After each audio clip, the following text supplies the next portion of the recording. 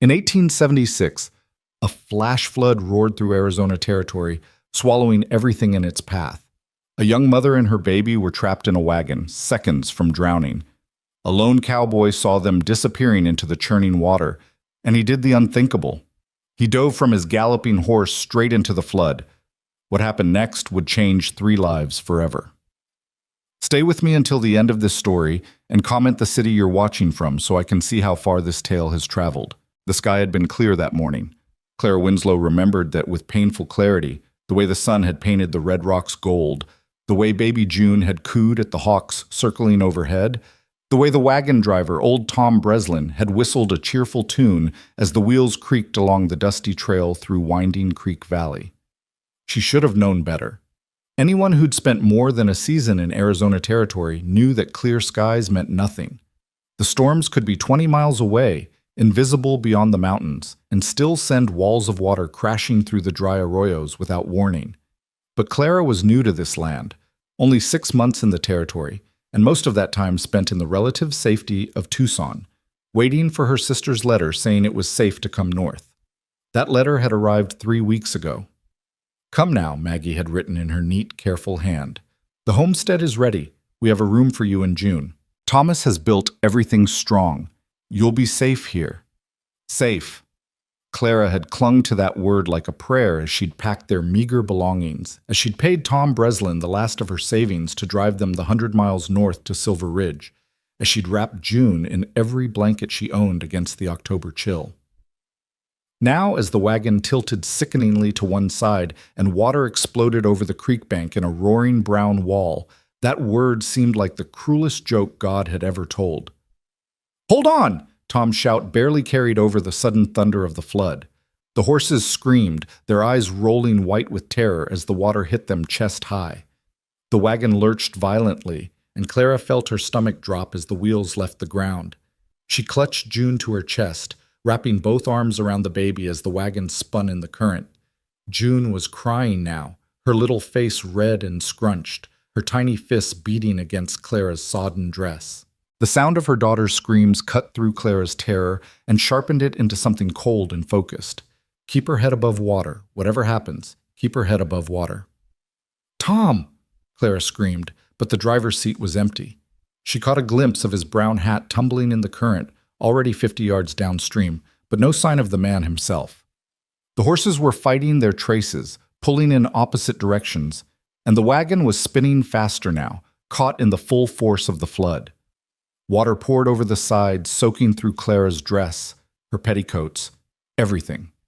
It was shockingly cold, snowmelt from the mountains, she realized dimly, and it stole the breath from her lungs. June's cries were weakening, and Clara clutched her tighter, trying to shield her from the spray, from the debris that smashed against the wagon sides. A tree branch as thick as a man's leg slammed into the wagon with a crack like a gunshot. The impact threw Clara backward, and she felt the wagon bed split beneath her. Water rushed up through the crack, and she scrambled onto the driver's seat, holding June above her head as the wagon began to break apart. "Please," she sobbed, though she didn't know who she was begging. "Please, please, please." The wagon hit something solid, a boulder maybe, or a submerged tree, and the jolt nearly threw her into the water.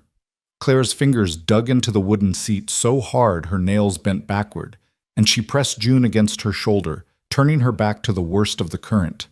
She was going to die here. They both were. Her baby, her beautiful, perfect June, who had her father's dark eyes and her own stubborn chin, would drown before she ever learned to walk, to talk, to live. And Clara would die knowing she'd failed to protect her, failed to give her the life she'd promised when she'd held her for the first time and whispered, "I'll keep you safe. Always." The wagon gave another sickening lurch, and Clara felt the whole structure beginning to tip. The current had shifted, pushing them toward the far bank where the water churned against a stand of cottonwood trees. In seconds, they'd be crushed against those trunks, or the wagon would capsize completely and they'd be swept under. Clara closed her eyes and pressed her lips to June's wet hair. "I love you," she whispered. "I love you so much, baby girl. I'm so sorry." Then she heard it, hoofbeats, impossibly loud even over the roar of the flood. Her eyes flew open and she saw him. A rider, coming down the slope at a full gallop, his horse's hooves throwing up clouds of red dust. He was hunched low over the animal's neck, his dark hat pulled tight, and he was riding straight for the flood. "No!" Clara screamed, though she didn't know if she was warning him or begging him to save them. "No, don't!" But the rider didn't slow. If anything, he urged his horse faster, and Clara watched in disbelief as the big bay stallion plunged into the churning water without hesitation. The current hit them immediately, trying to sweep the horse downstream, but the rider held firm, guiding the animal across the current at an angle. For a moment, Clara thought they might make it. The horse was strong, fighting the water with powerful strokes, and the rider seemed to know exactly where to aim. But then the wagon gave another violent spin, and Clara lost sight of them behind a spray of water and debris. When she looked again, the horse was 20 feet away, struggling to keep its head above water as the current pushed it downstream. And the rider was gone. Clara's heart plummeted. He'd been thrown. He'd tried to save them, and now he was drowning too, and it was her fault. Her fault. Then she saw him. He surfaced 10 feet from the wagon, his hat gone, his dark hair plastered to his head. For one brief moment their eyes met. His were a startling pale gray, clear even through the spray. And then he was swimming toward her with strong, powerful strokes that cut through the current. He reached the wagon just as it began to tip. His hand shot out and grabbed the side rail, and the impact steadied the whole structure for a precious few seconds. Clara saw his face clearly now, sharp cheekbones, a dark beard, a long scar cutting through his left eyebrow. And then he was pulling himself up, water streaming from his clothes. "Give me the baby!" he shouted. Clara's arms tightened instinctively around June. Every maternal instinct screamed at her not to let go, not to trust this stranger, not to give up the only thing in the world that mattered. But the wagon was breaking apart beneath her feet. She could feel the boards splintering, could hear the nails shrieking as they pulled free. In seconds, there would be nothing left to hold on to. "Now!" the man shouted again, and he stretched out his arms. Clara looked at his face, at the determination in those gray eyes, at the way his jaw was set, at the strength in his shoulders as he braced himself against the wagon's rail. She looked at her baby, at June's terrified little face, at the way her daughter's fingers were tangled in the wet fabric of her dress. Then she made a choice. She lifted June, kissed her forehead one more time, and placed her in the stranger's arms. He took the baby with surprising gentleness, tucking her immediately inside his heavy canvas jacket and buttoning it closed so only her face showed. Then he grabbed Clara's wrist with his free hand.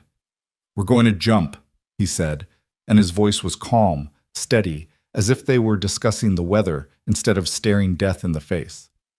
"On 3. Keep your legs together, keep your arms wrapped around me, and don't let go no matter what." "I can't swim," Clara gasped. Something that might have been a smile flickered across his face. "Good thing I can. 1. The wagon lurched again, and Clara felt the seat split completely beneath her. 2. She grabbed onto his shoulders, her fingers digging into the wet fabric of his shirt. 3. They jumped together, and the world exploded into cold and chaos. The current grabbed them immediately, trying to rip them apart. Clara felt her grip slipping, felt the water trying to tear her away from the man and the baby, but she held on with every ounce of strength she had. Her lungs burned. Her legs tangled in her skirts. Everything was brown water and roaring noise, and the terrible certainty that she'd made a mistake, that she should have held on to June herself, that her baby was going to die in a stranger's arms. Then her head broke the surface, and she gasped in a desperate breath. The man had one arm wrapped around her waist, holding her against his side, while his other arm cradled June against his chest. He was swimming with just his legs, powerful kicks that drove them across the current at an angle. "Don't fight it," he shouted. "Let the water carry us downstream. I'm aiming for that sandbar." Clara tried to see where he was pointing, but water kept washing over her face. She coughed, choked, and felt herself starting to panic. Her dress was so heavy, pulling her down, and her arms were shaking from exhaustion. "Look at me." The man's voice cut through her terror. "Eyes on me. Breathe when I tell you to breathe." She focused on his face, on those steady gray eyes. "Breathe," he commanded, and she gulped in air. A wave washed over them, and he held her tighter. When they surfaced again, he said, Breathe. She did. They continued like that, him shouting commands, her following them, and slowly the panic receded. She could see the sandbar now, a strip of pale brown 40 feet ahead. The man kicked harder, adjusting their angle, and Clara felt the current beginning to weaken as they moved into shallower water. Her foot touched bottom. Then her knees hit sand and the man was pulling her upright, supporting her as she struggled to stand in water that was only chest deep now. Together they waded toward the sandbar, fighting the current with every step. When they finally collapsed onto dry ground, Clara couldn't move. She lay on her side, coughing up water, her whole body shaking so hard her teeth rattled. Dimly, she was aware of the man moving beside her, of the sound of him unbuttoning his jacket. And then, "Mama?" The word, her daughter's voice, weak but alive, cut through everything else. Clara rolled onto her hands and knees and saw the man cradling June, checking her carefully, his big hands impossibly gentle as he made sure she was breathing, uninjured, whole. June was crying, but it was the strong, angry cry of a healthy baby who'd been frightened and soaked and wanted her mother right now. It was the most beautiful sound Clara had ever heard. "She's all right," the man said, and Clara heard the relief in his voice. Cold and scared, but not hurt. "Here." He placed June in Clara's arms, and Clara clutched her daughter to her chest, sobbing so hard she couldn't breathe. She pressed her face against June's wet hair and just held her, feeling the baby's heart beating against her own, feeling the rise and fall of those tiny lungs, feeling the warmth of her breath. "Thank you," she gasped between sobs. "Thank you, thank you, thank you." "Save your breath," the man said quietly. He stood, looking back at the flood. The water was already starting to recede, dropping as quickly as it had risen, leaving a landscape of mud and destruction in its wake. Clara could see the shattered remains of the wagon hung up in the cottonwoods downstream, the horses nowhere in sight. Tom Breslin was gone. Everything she'd owned was gone. They were stranded in the middle of the Arizona wilderness with nothing but the clothes on their backs and the kindness of a stranger. The man whistled sharply, 2 long notes that carried over the rushing water. Clara watched in amazement as the big bay horse emerged from the far side of the flood, shaking itself like a dog. The animal picked its way carefully across the receding water and climbed onto the sandbar, immediately moving to its rider's side. "Good boy, Thunder," the man murmured, running his hand down the horse's neck. Then he turned to Clara. "Can you ride?" Clara looked at him blankly. Her brain felt slow, waterlogged. What? "Can you ride a horse?" he repeated patiently. "We need to get you and the baby somewhere warm and dry before nightfall. My ranch is 3 miles north. It's the closest shelter." "I can ride," Clara managed. She'd learned as a girl, though it had been years since she'd sat a horse. "But June, I'll hold her." He held out his arms. "You'll ride in front. I'll ride behind and keep you both steady. We'll take it slow." Clara hesitated. The man seemed to read her thoughts because he said very gently, "Ma'am, I just pulled you out of a flood. If I meant you harm, I could have let you drown. My name's Rowan Hale. I've got a ranch 3 miles from here and an old man named Santos who'll feed you beans and lecture me for bringing you in soaked. You're safe. I give you my word." There was something in his eyes when he said it, a quiet certainty, a bone-deep honor. That made Clara believe him. She nodded slowly and let him take June again. Getting onto the horse was harder than she'd expected. Her legs were shaking, her dress weighed 100 pounds, and she could barely pull herself into the saddle. Rowan had to help her, his hands impersonal and steady as he lifted her up. Then he mounted behind her in one smooth motion, settling June in the crook of his left arm while his right arm went around Clara's waist to hold the reins. "Lean back against me," he said. "I've got you both." Clara was too exhausted to argue. She let herself sag back against his chest, felt the solid warmth of him behind her, and closed her eyes as Thunder began to walk. The ride to the ranch passed in a blur. Clara kept drifting in and out of awareness. One moment she was conscious of the horse's movement beneath her. The next she was slipping into darkness. Every time she started to fall, Rowan's arm tightened around her waist, holding her in place. "Stay with me," he murmured once, his voice close to her ear. "Just a little further." She tried. She focused on June's breathing, on the feel of Rowan's heartbeat steady against her back. On the way, the afternoon sun was finally breaking through the clouds. She focused on staying alive.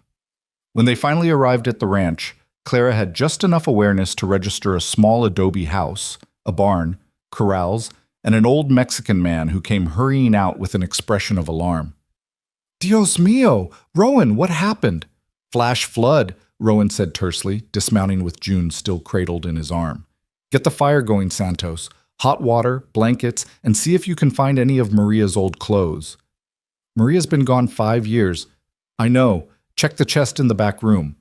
Clara tried to dismount by herself and nearly fell. Rowan caught her with his free arm, steadying her, and she found herself looking up into those gray eyes again. Easy, he said. Santos, help me get her inside. The old man hurried over, and together they half-carried Clara into the house. The interior was simple. Whitewashed walls, a stone fireplace, rough-hewn furniture, but it was warm and dry and safe. Clara sank onto a bench by the fire and watched dully as Santos bustled around, stoking the flames, hanging a pot of water to heat. Rowan still held June, rocking her gently as the baby's cries finally quieted to hiccuping whimpers. He looked comfortable with her, Clara noted distantly. Natural, as if he held babies every day, though something about this house suggested he lived alone except for the old man. What's her name? Rowan asked quietly. June, Clara whispered. Her name is June. June, he repeated and smiled down at the baby. That's a good strong name. You're a brave girl, June. Your mama, too. Tears started flowing down Clara's face again, and she couldn't stop them. The warmth of the fire, the safety of these walls, the sheer overwhelming relief of being alive.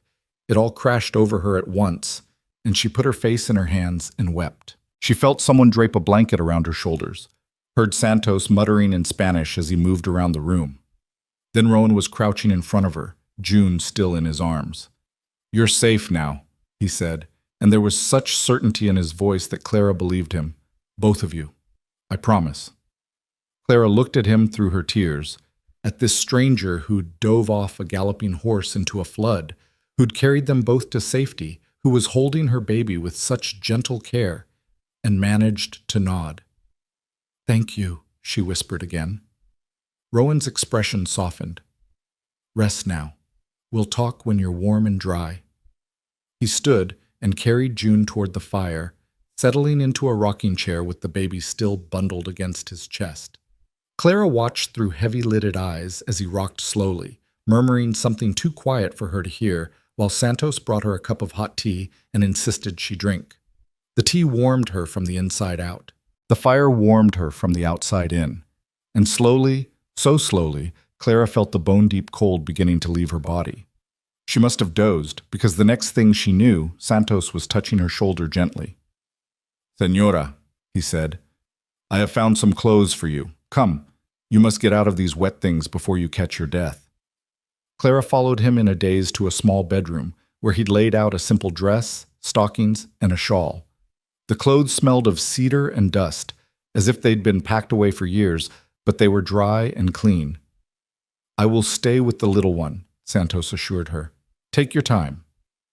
Clara changed quickly, her fingers clumsy on the buttons. The dress was too large. She'd lost weight in the months since Daniel had died, and she'd never been a big woman to begin with. But the shawl helped, and the dry clothes felt like heaven. When she emerged, she found Santos holding June while Rowan had disappeared. The old man smiled at her. Better, see? You have color in your face now. Sit, sit. I have made soup. Clara sank back onto the bench and accepted the bowl he offered.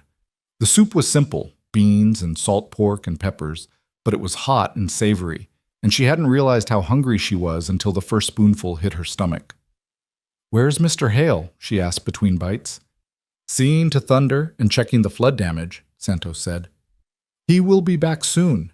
That man, he cannot sit still for 5 minutes, always working, always moving. But today he did something I have never seen. He dove into that flood without thinking twice, didn't he? Clara nodded, swallowing hard. He saved our lives. That is Rowan, Santos said, his weathered face fond. He acts like he wants to be alone, like he doesn't need anyone. but put someone in danger, and he cannot help himself. He has to save them. The old man looked down at June, who had fallen asleep in his arms. This little one, she is special, I think. Rowan, he looked at her like she matters, like she is worth saving. Every baby is worth saving, Clara said quietly. See, of course. But Rowan, he has lost much. His wife, his son, a fever 5 years ago. Since then, he has been alone. By choice, you understand? But today, holding your little June, I saw something in his eyes I have not seen in a long time. Clara's chest tightened. She'd been so focused on her own grief, on surviving each day with June after Daniel's death, that she hadn't considered that the man who'd saved them might be carrying his own scars. The door opened and Rowan stepped inside, bringing a gust of cool evening air with him. He'd changed into dry clothes, dark trousers, a clean shirt, his hair still damp but combed back from his face. Without the wet jacket and the desperation of the flood, Clara could see him clearly for the first time. He was tall, lean, but strong, probably in his early 30s. The scar through his eyebrow gave him a dangerous look, but his eyes were kind. Tired, Clara thought. There was a bone-deep weariness in those eyes that had nothing to do with physical exhaustion. "How are you feeling?" he asked, moving to hang his hat by the door. "Better," Clara said. "Thanks to you and Santos. I don't know how to repay—" "No need," Rowan interrupted quietly. He crossed to where Santos sat with June and gazed down at the sleeping baby. "She all right?" "Sleeping like an angel," Santos confirmed. "This little one, she is strong." "Takes after her mama," Rowan said, and his eyes met Clara's. "You were brave out there. Most people would have frozen." Clara shook her head. "I was terrified." "Being brave doesn't mean you're not scared. It means you do what needs doing anyway." He pulled up a chair and sat, leaning forward with his elbows on his knees. "Now, when you're ready, I need to know where you are headed, and whether anyone will come looking for you." Clara took a breath, organizing her scattered thoughts. "My sister," she said. "Maggie Duncan. She and her husband Thomas have a homestead near Silver Ridge. I was traveling there with my daughter. Our driver, Tom Breslin." "I saw him go under," Rowan said gently. "I'm sorry." Clara's eyes burned, but she had no more tears left. She'd barely known Tom, had hired him only 3 days ago in Tucson, but he'd seemed kind. He'd told her stories about his grandchildren, had whistled cheerful tunes to make June laugh. Now he was gone, swept away in seconds. "My sister will be expecting me," she continued. "We were supposed to arrive before nightfall. When we don't come, she'll worry. She'll send Thomas looking." Rowan nodded slowly. "Silver Ridge is 20 miles north. The flood took you 5 miles downstream from where you started, which means you were on the Old Creek Road. That puts your sister's place, 25 miles from here?" "I don't know," Clara admitted. "I'm not familiar with the area." "I am," Santos interjected. "The Duncan homestead. It is northwest of here, perhaps 24 miles. A day's ride, if you know the way." "Tomorrow," Rowan decided. "Soon as it's light, I'll take you to your sister's. Tonight you rest. Build up your strength. You've had a hell of a day." Clara wanted to protest, to say she couldn't impose any further, but the truth was she could barely keep her eyes open. The warmth of the fire, the food in her belly, the sheer relief of being safe. It was pulling her under like a tide. "Thank you," she whispered, "for everything." Rowan stood and took June carefully from Santos, cradling her with practiced ease. "Come on," he said to Clara. "I'll show you where you'll sleep." Clara followed him down a short hallway to a small bedroom. The bed was simple, a wooden frame, a cornhusk mattress, quilts piled high, but it looked like paradise. Rowan laid June carefully in the center of the bed, tucking blankets around her to keep her from rolling. "Santos will bring you anything else you need," he said. "Water, food, extra blankets. You just rest." He turned to leave, but Clara caught his sleeve. "Mr. Hale," she said, "why did you do it? Why did you risk your life for strangers?" Rowan was quiet for a long moment, his eyes distant. When he finally spoke, his voice was rough. "Because I couldn't save them," he said. "My wife and son. I couldn't save them when the fever came. So when I saw you and your daughter in that water, he stopped, cleared his throat. I had to try. Clara's heart broke for him. She wanted to say something, anything that might ease the pain in his eyes. But what words existed for that kind of loss? You did save us, she said finally. You saved June. You gave her a future. Rowan looked at the sleeping baby, and something soft crossed his face. Get some rest, Mrs. Winslow. Tomorrow's a long ride. He left, closing the door quietly behind him, and Clara crawled onto the bed beside her daughter. She curled around June's small body, one hand resting protectively on the baby's chest, feeling the steady rise and fall of breath. They were alive. Against all odds, they were alive. Outside, she could hear the murmur of men's voices as Rowan and Santos talked by the fire. The sound was comforting, as was the crackle of flames and the distant sound of horses in the corral. For the first time since Daniel had died, Clara felt something other than grief and fear. She felt gratitude, hope, the sense that maybe, just maybe, she and June would be all right. She closed her eyes and let sleep take her. But she didn't know, couldn't know, that the flood had washed them into more than just Rowan Hale's life. It had washed them into the middle of a range war, into the path of a ruthless man who wanted her sister's land and would use Clara's presence to get it. The flood hadn't been the end of their troubles. It had only been the beginning. Clara woke to the sound of a baby crying and sunlight streaming through a gap in the curtains. For a moment, she couldn't remember where she was. The unfamiliar room, the rough wool blanket, the smell of wood smoke and coffee. Then it all came rushing back. The flood, the wagon. Rowan Hale diving into the water. She sat up quickly, reaching for June, who was red-faced and wailing. The baby's diaper was soaked through, and Clara's heart sank as she realized she had nothing. No spare clothes, no diapers, no supplies at all. Everything had been in the wagon. There was a soft knock at the door, and Santos's voice called, "Señora, may I come in?" "Yes," Clara said, trying to soothe June while simultaneously feeling utterly helpless. The door opened, and Santos entered carrying a bundle of cloth. His weathered face creased into a sympathetic smile. "The little one. She is hungry and wet, see? I have brought what I could find. Old sheets we can use for diapers, and there is goat's milk warming by the fire. Not as good as Mama's milk, but it will do until we reach your sister." Clara felt tears prick her eyes at his kindness. "Thank you, Santos. I don't know what we would have done without you and Mr. Hale." "We do what neighbors do," Santos said simply, setting the bundle on the bed. "Come. Bring her to the kitchen when she is changed. Rowan has gone to check the horses, but he will return soon." After Santos left, Clara changed June as best she could, tearing one of the sheets into rough squares and fashioning a makeshift diaper. June's cries quieted to whimpers as Clara carried her to the kitchen, where a bottle of warm goat's milk waited on the table. June took to the bottle eagerly, her tiny hands gripping it as she drank. Clara held her close, watching the morning light paint the kitchen walls gold, and allowed herself a moment of peace. That peace shattered when the door burst open and Rowan strode in, his face grim. "We have a problem," he said without preamble. "There are riders coming, 3 of them, maybe a mile out." Santos appeared from the back room, his expression alert. "Who?"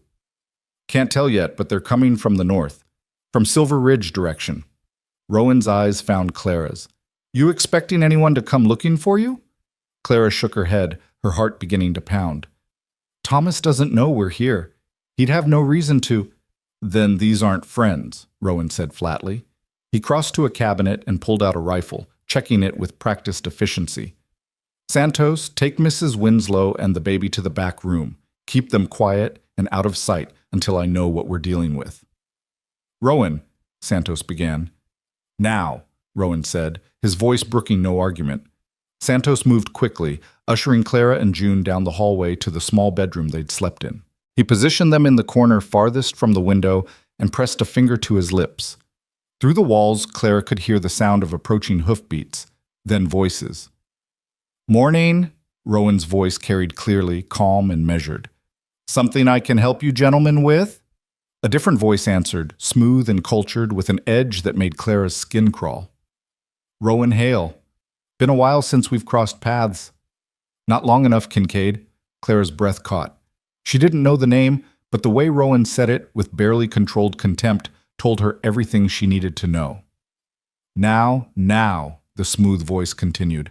That's no way to greet neighbors. My son Garrett here was just saying we should ride over, see how you weathered yesterday's flood. Terrible business, flash floods. Never know what they might wash up. There was a pause, heavy with unspoken meaning. Ranch is fine, Rowan said. Appreciate the concern, but as you can see, everything's standing. So, if that's all… Actually, we're looking for someone, a younger voice interrupted. Garrett, Clara assumed. A woman and a baby. They were traveling the creek road yesterday when the flood hit. Their driver drowned, poor bastard. We figured if anyone survived, they might have washed up near your place. Clara's arms tightened around June. How did they know? How could they possibly know about her and June unless someone had told them, or unless they'd been watching the road?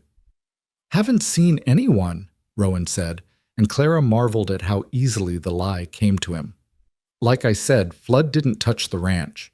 If someone had washed up, I'd have found them yesterday when I was checking my fences.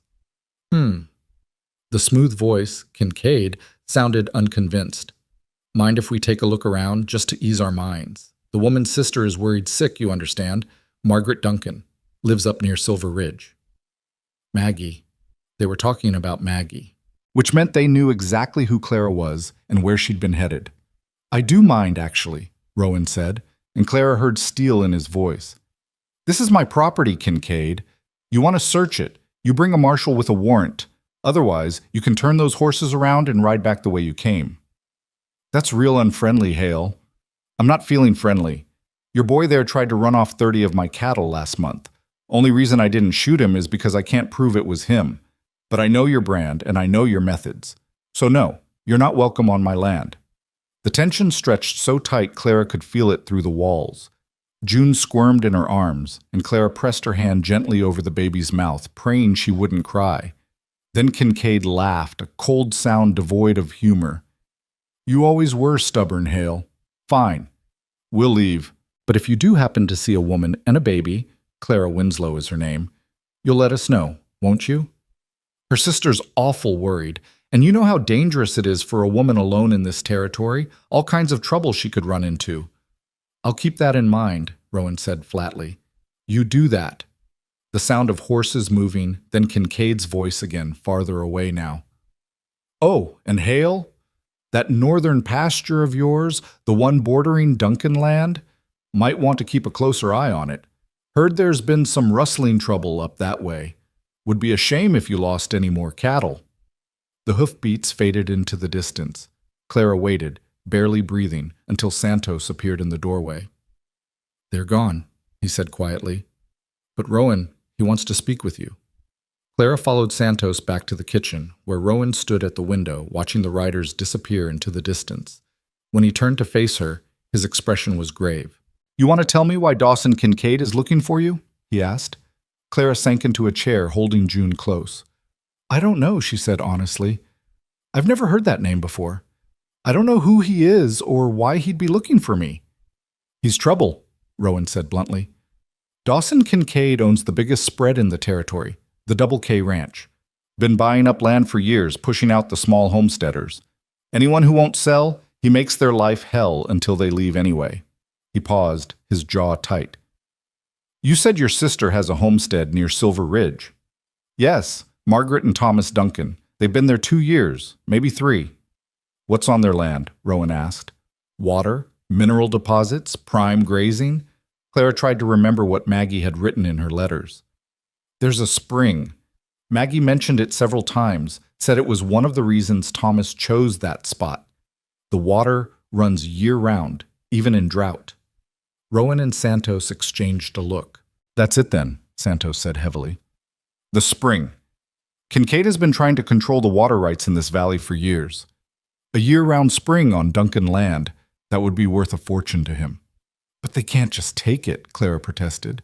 It's Maggie's land. They have a deed, legal and proper. Legal doesn't mean much out here when you're up against men like Kincaid, Rowan said. He uses intimidation, threats, violence when he needs to.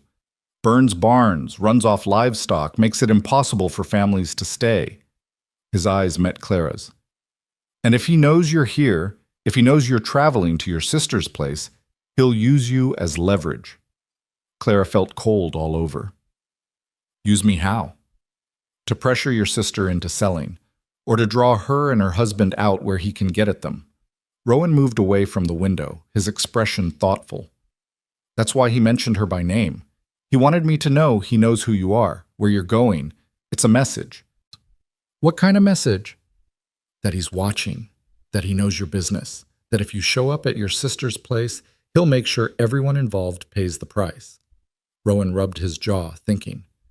Question is, how did he know you were coming? Your sister tell anyone? Clara shook her head. I don't think so. Maggie's letter said to come quickly but quietly. She seemed worried even then. A horrible thought occurred to her. Do you think she's already in trouble? That Kincaid has already threatened them? Probably, Santos said gently. If the spring is as valuable as you say, he would have been pressuring them for months, maybe years. Clara looked down at June, who had fallen back asleep in her arms, blissfully unaware of the danger surrounding them. She'd thought the flood was the worst thing that could happen. She'd been wrong. What do I do? She whispered. Rowan was quiet for a long moment, his gray eyes distant. Finally, he said, You stay here. At least for a few days, until I can ride to Silver Ridge and talk to your sister. Find out what the situation is, what kind of pressure Kincaid's been applying, then we'll figure out the safest way to get you there.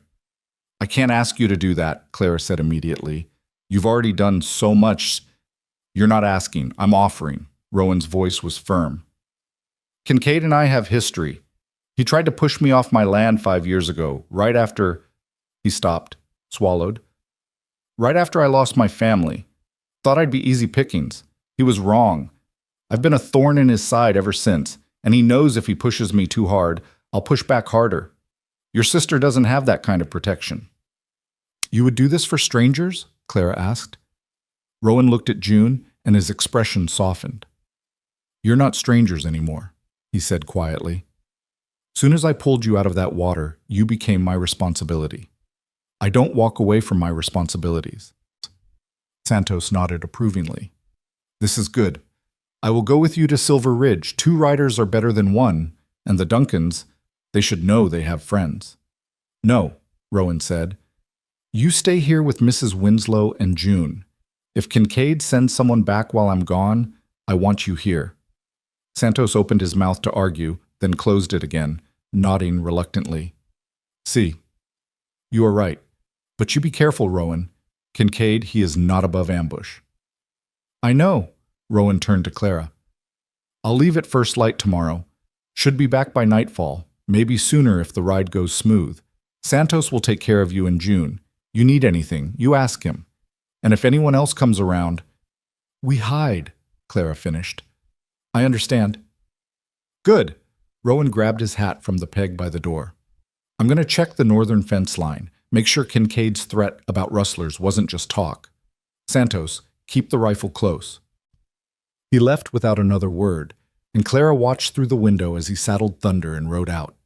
There was something about the way he sat a horse, easy and natural but alert, always watching, that spoke of a man who'd learned to be cautious the hard way. He is a good man, Santos said, following her gaze. Stubborn, too proud, sometimes too quick to take on other people's troubles. But good, through and through. He said he lost his family, Clara said quietly. 5 years ago. Santos's weathered face grew sad. See, Maria and their son, Christopher. The boy, he was only 3 years old. Fever swept through the valley that winter, killed a dozen people. Rowan, he tried everything. Rode through a blizzard to fetch the doctor, stayed up for days nursing them. But the fever, it was too strong. He shook his head. When they died, something in Rowan died too.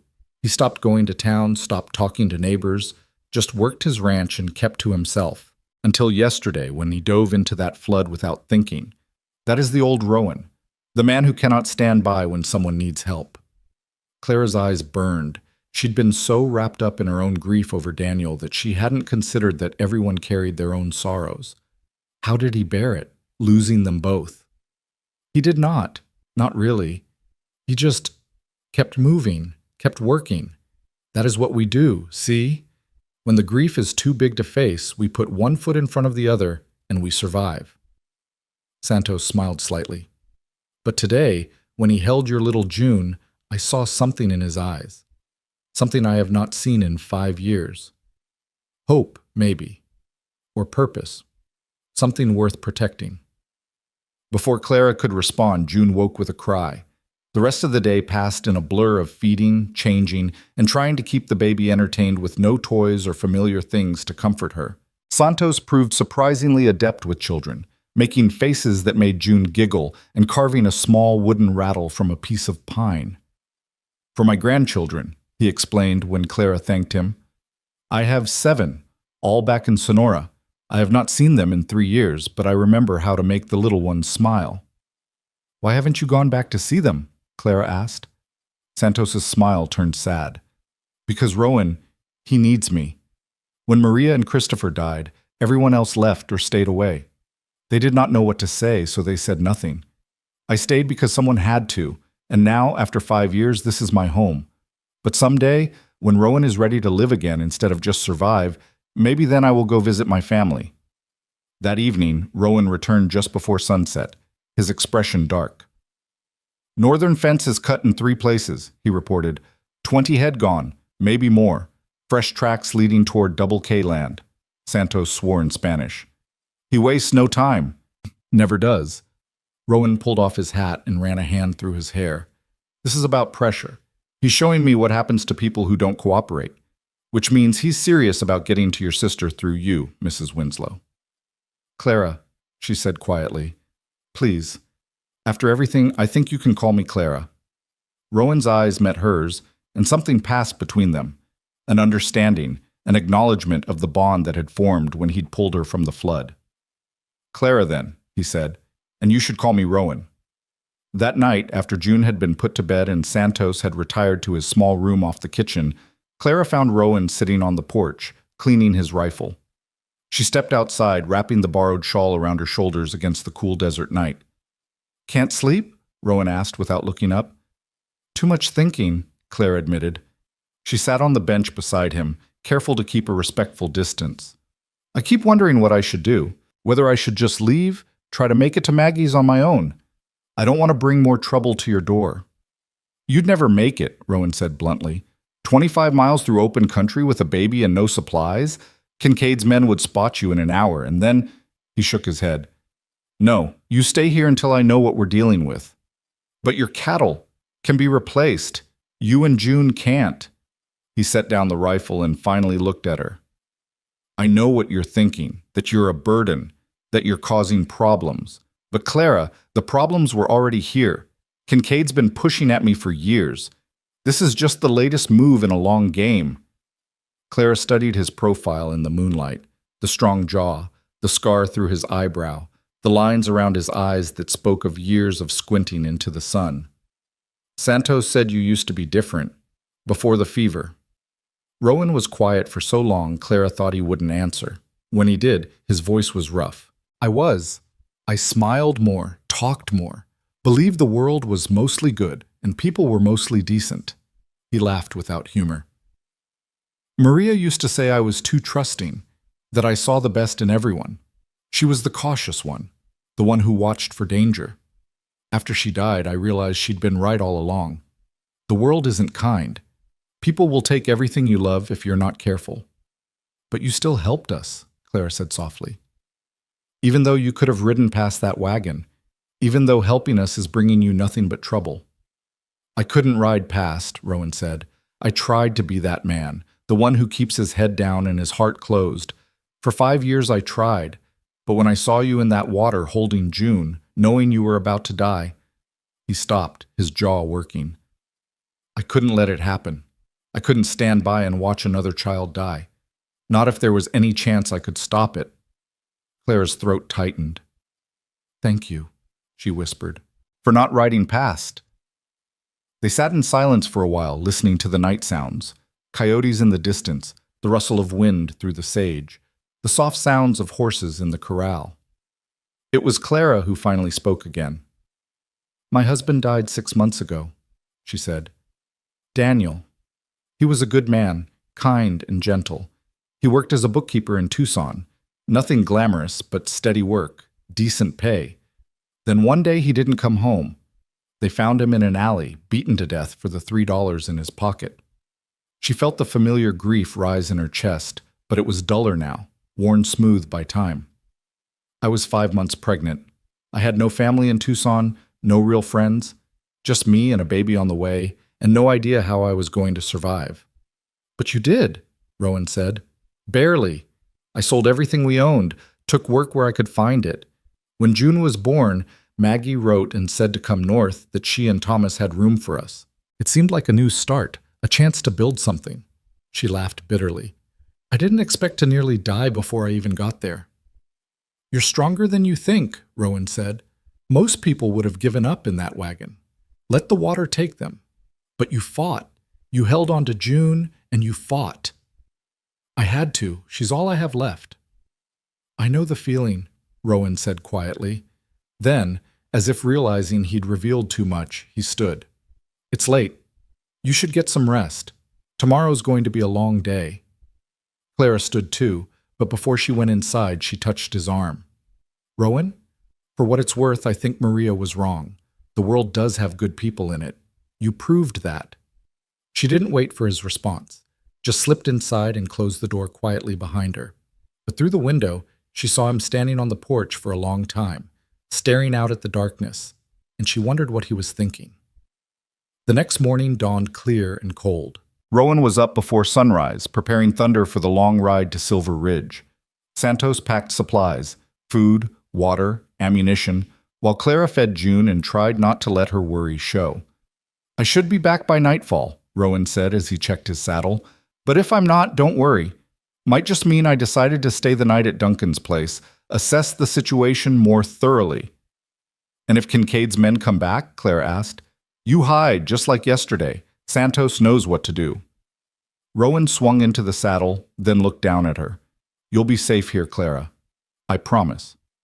It's not me I'm worried about, Clara said. It's you. If Kincaid really is as dangerous as you say, I can handle Kincaid. Rowan's expression was grim. I've been doing it for 5 years. He rode out without another word, and Clara watched until he disappeared over the horizon. Then she turned to find Santos watching her with knowing eyes. You worry for him, the old man observed. I worry for all of us, Clara said. But it wasn't entirely true. There was something about Rowan Hale, something in those steady gray eyes, in the way he'd held June so gently, in the way he'd thrown himself into danger without hesitation, that made her worry for him specifically, made her want him to come back safe. It was a dangerous feeling, she knew. She'd barely been widowed 6 months. Her heart should still be too bruised, too broken, to feel anything for another man. But grief was strange. Sometimes it made you numb. Sometimes it made you hyper-aware of mortality, desperate to hold on to anything living and strong and real. She pushed the thoughts away and focused on June, on getting through the day, on not imagining all the ways Rowan might not come back. The hours crawled past. Santos taught her how to make tortillas, showed her where the chickens laid their eggs, told her stories about growing up in Sonora. June seemed content, happy even, gurgling at Santos's exaggerated expressions and grabbing at the wooden rattle he'd made. But Clara couldn't shake the feeling of being watched. Several times she caught herself going to the window, scanning the horizon for riders. Once she thought she saw dust in the distance, but it dissipated before forming into anything definite. You have good instincts, Santos said when he caught her looking. In this country, paranoia keeps you alive. As the sun began its descent toward the western mountains, Clara's worry intensified. Rowan had said he'd be back by nightfall. The light was fading, and there was still no sign of him. Should we be concerned? She asked Santos as they stood on the porch, watching the last rays of sun paint the sky orange and purple. Not yet, Santos said, but his hand rested on the rifle leaning against the porch rail. Give him another hour. The Duncans, maybe this convinced him to stay, to wait until morning to ride back. It's safer that way. But they both knew that if Rowan had decided to stay, he would have sent word somehow, would have at least tried to let them know not to worry. Full darkness fell, and still no Rowan. Santos lit the lamps, checked the rifle, barred the door. "We wait," he said firmly. "If he is not back by morning, I will go look for him. But tonight, we stay alert." Clara barely slept. Every sound made her start. The wind rattling the shutters, a coyote's howl, the horses shifting in the corral. She held June close, trying to draw comfort from her daughter's warmth, and prayed to a God she wasn't sure was listening that Rowan Hale would ride back over that horizon come morning. Just before dawn, she finally dozed off, exhausted. She woke to Santos shaking her shoulder. "Clara," he said urgently, "someone is coming." She bolted upright, her heart pounding. "Is it—" "I do not know." "One rider, coming fast." "Get June and go to the back room, now." Clara scooped up her daughter and ran. Through the walls she heard the thunder of hoofbeats, heard them slow and stop outside the house. Heard Santos call out, "Who comes?" Then, like a prayer answered, Rowan's voice. "It's me, Santos. Open up." Clara nearly collapsed with relief. She heard the door open, heard Santos exclaim in Spanish, heard Rowan's weary voice responding. When she emerged from the back room, she found Rowan in the kitchen, his face haggard, dried blood on his sleeve. "What happened?" Santos demanded, already reaching for bandages. "Ambush," Rowan said shortly. "They were waiting on the road about 5 miles from Duncan's place. 4 of them, maybe 5. I managed to get past, but not before one of them got a shot off. Grazed my arm. Nothing serious." "Who?" Clara asked, though she already knew. "Kincaid's men." Rowan's jaw was tight. "They weren't trying to kill me, just slow me down, warn me off. But I made it to your sister's place, Clara, and I talked to Thomas Duncan. He confirmed what we suspected. Kincaid's been pressuring them hard for months, trying to buy their land, threatening them when they refuse. Last week he told them he knew you were coming, that if they didn't sell, he'd make sure you never made it to their homestead alive." Clara felt ice in her veins. "He threatened June?" "He threatened all of you. Said accidents happen all the time in this territory. Floods, fires, raids. Said it would be a shame if something happened to their sister and her baby." Rowan's eyes were hard. "Thomas wanted to come back with me, bring you and June there anyway, but I convinced him that's exactly what Kincaid wants. He wants you together in one place where he can apply maximum pressure." "So what do we do?" Clara whispered. Rowan looked at her, and despite his exhaustion, his gaze was steady. "We fight, but we do it smart, and we do it together. Your sister's not alone anymore. She's got Thomas, she's got you, and now she's got me and Santos. Kincaid wants a war, we'll give him one. But on our terms, not his." Santos grinned fiercely. "Now you sound like the old Rowan, the one who would not back down from a fight." "I've backed down from too many fights," Rowan said quietly. "Time to stop running." He looked at June, asleep in Clara's arms, and something shifted in his expression, something protective and determined. Time to stand and fight. Clara spent the next 3 days learning what it meant to live under the shadow of a threat. Santos taught her how to load the spare rifle, how to bar the doors properly, how to keep watch without being seen from a distance. Rowan rode out each morning to check his fences and look for signs of Kincaid's men, always returning before nightfall with a grim expression that told Clara the pressure was building. On the 4th morning, a rider appeared on the horizon carrying a white flag. Santos spotted him first and called Rowan in from the corral. They watched together as the rider approached slowly, one hand raised to show he meant no harm. "That's one of Duncan's hands," Rowan said, his hand relaxing on his rifle. "Name's Cooper. Good man." The rider pulled up 20 yards from the house, his young face tight with worry. "Mr. Hale, Mrs. Winslow, if you're in there, you need to hear this." Clara stepped onto the porch, June in her arms. "I'm here. What's happened?" Cooper's eyes widened slightly at the sight of her, then his expression grew urgent. "It's your sister, ma'am. There was a fire last night. Someone torched the workshop where Mr. Duncan does his carpentry. He managed to put it out before it spread to the house, but—" He swallowed hard. "Mrs. Duncan, she's asking for you. Says she needs to see you're safe, needs to know you and the baby are all right. She's beside herself with worry." Clara's heart clenched. "Is Maggie hurt? Is she—" "She's fine, physically. But she's scared, ma'am. Real scared.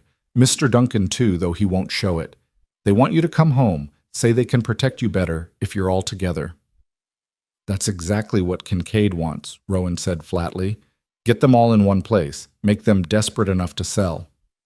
"I know that, sir," Cooper said. "Mr. Duncan knows it too. But Mrs. Duncan, she says she won't sell, won't give in, but she needs to see her sister.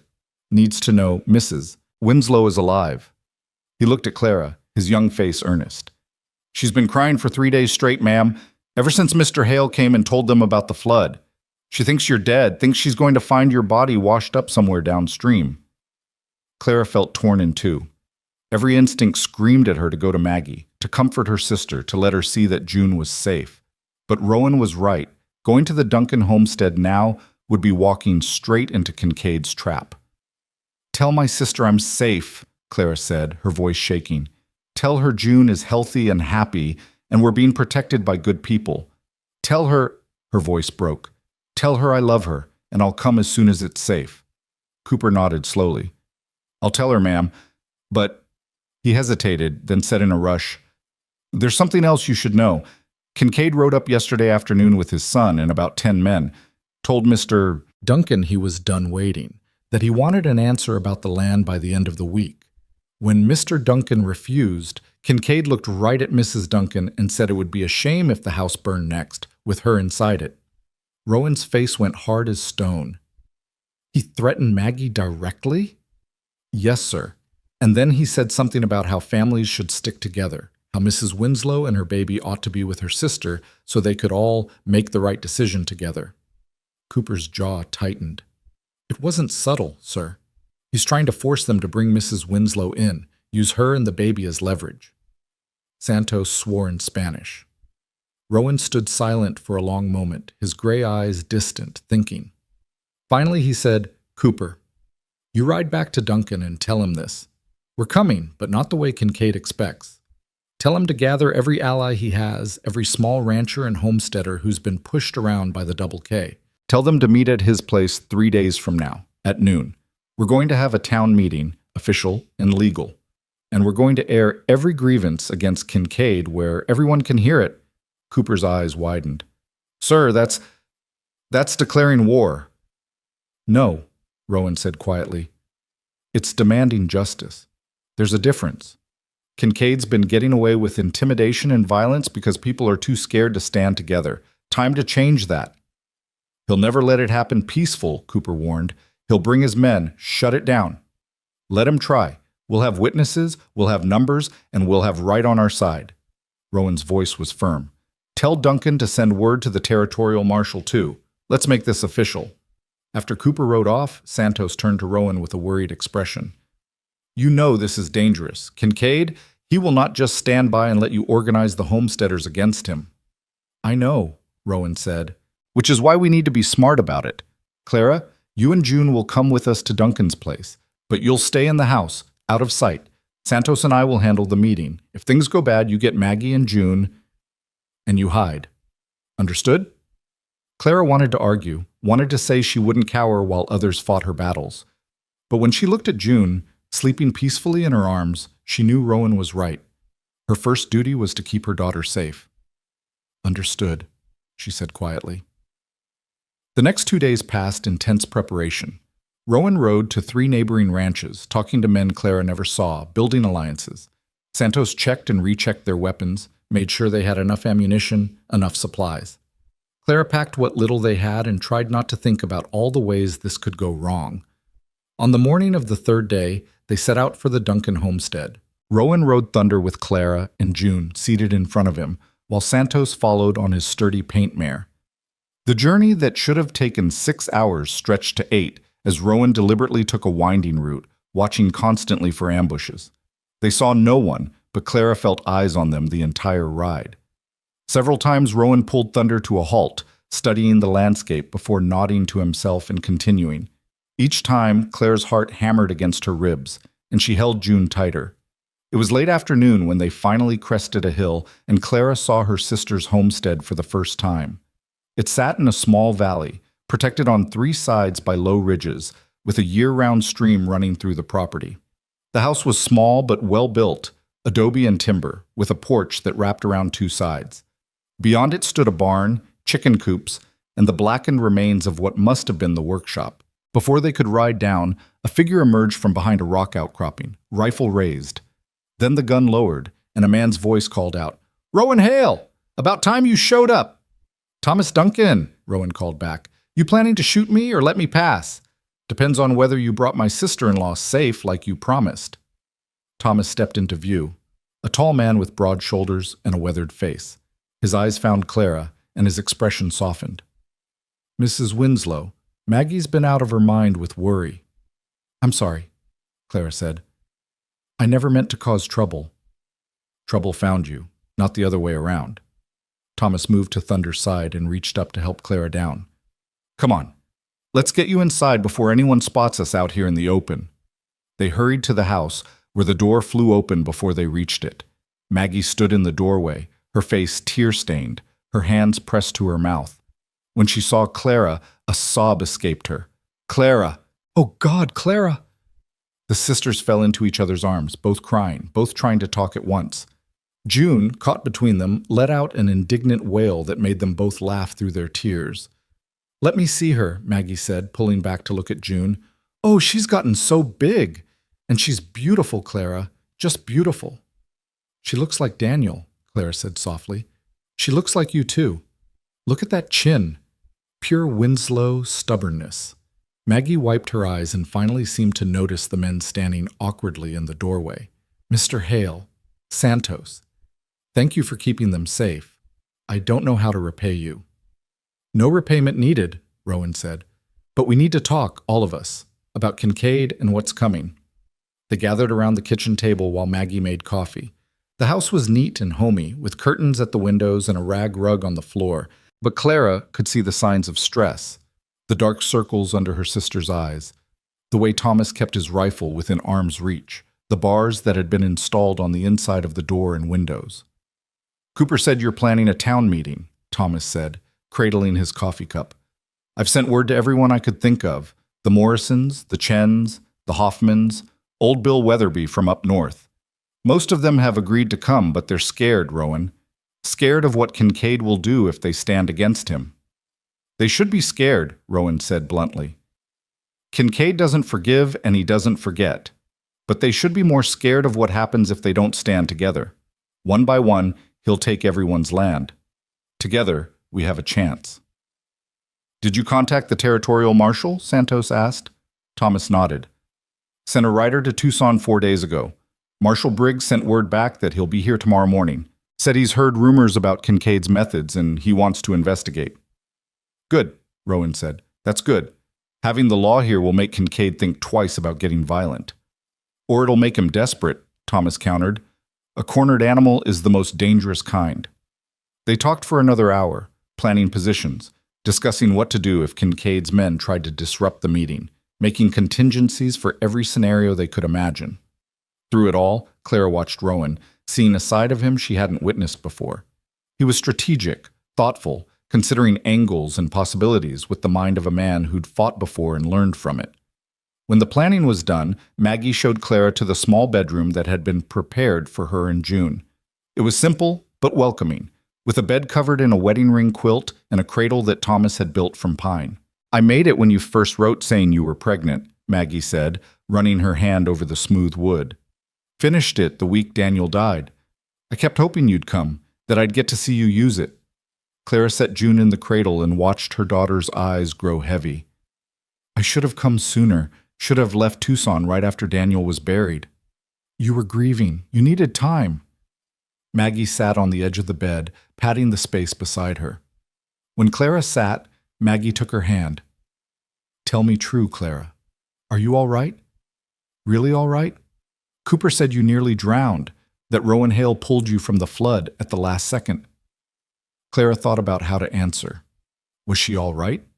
She'd lost her husband, nearly lost her daughter, and was now caught in the middle of a range war. But she was alive. June was alive. And for the first time since Daniel's death, she felt something other than numb despair. "I'm surviving," she said finally. "Some days that's all I can manage. But Rowan and Santos, they've been good to us, Maggie, better than they had any reason to be. Rowan saved our lives, and he's risking everything to help us now. I don't know why, but I'm grateful." Maggie studied her face. "He's a good man. Thomas has known him for years, says he used to be even better before his family died.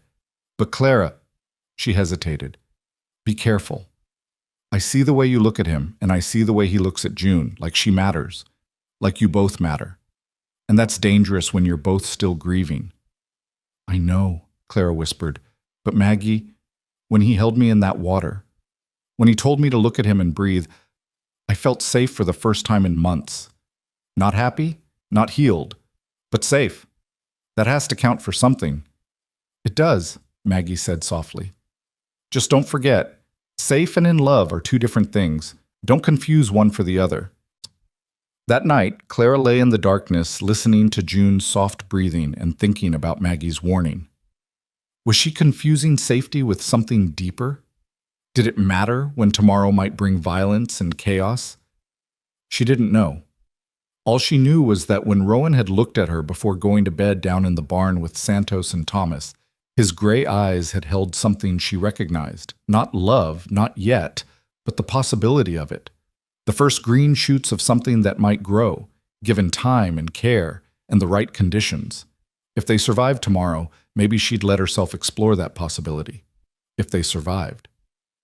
The next morning dawned hot and clear. By 10 o'clock, wagons and riders had begun arriving at the Duncan homestead.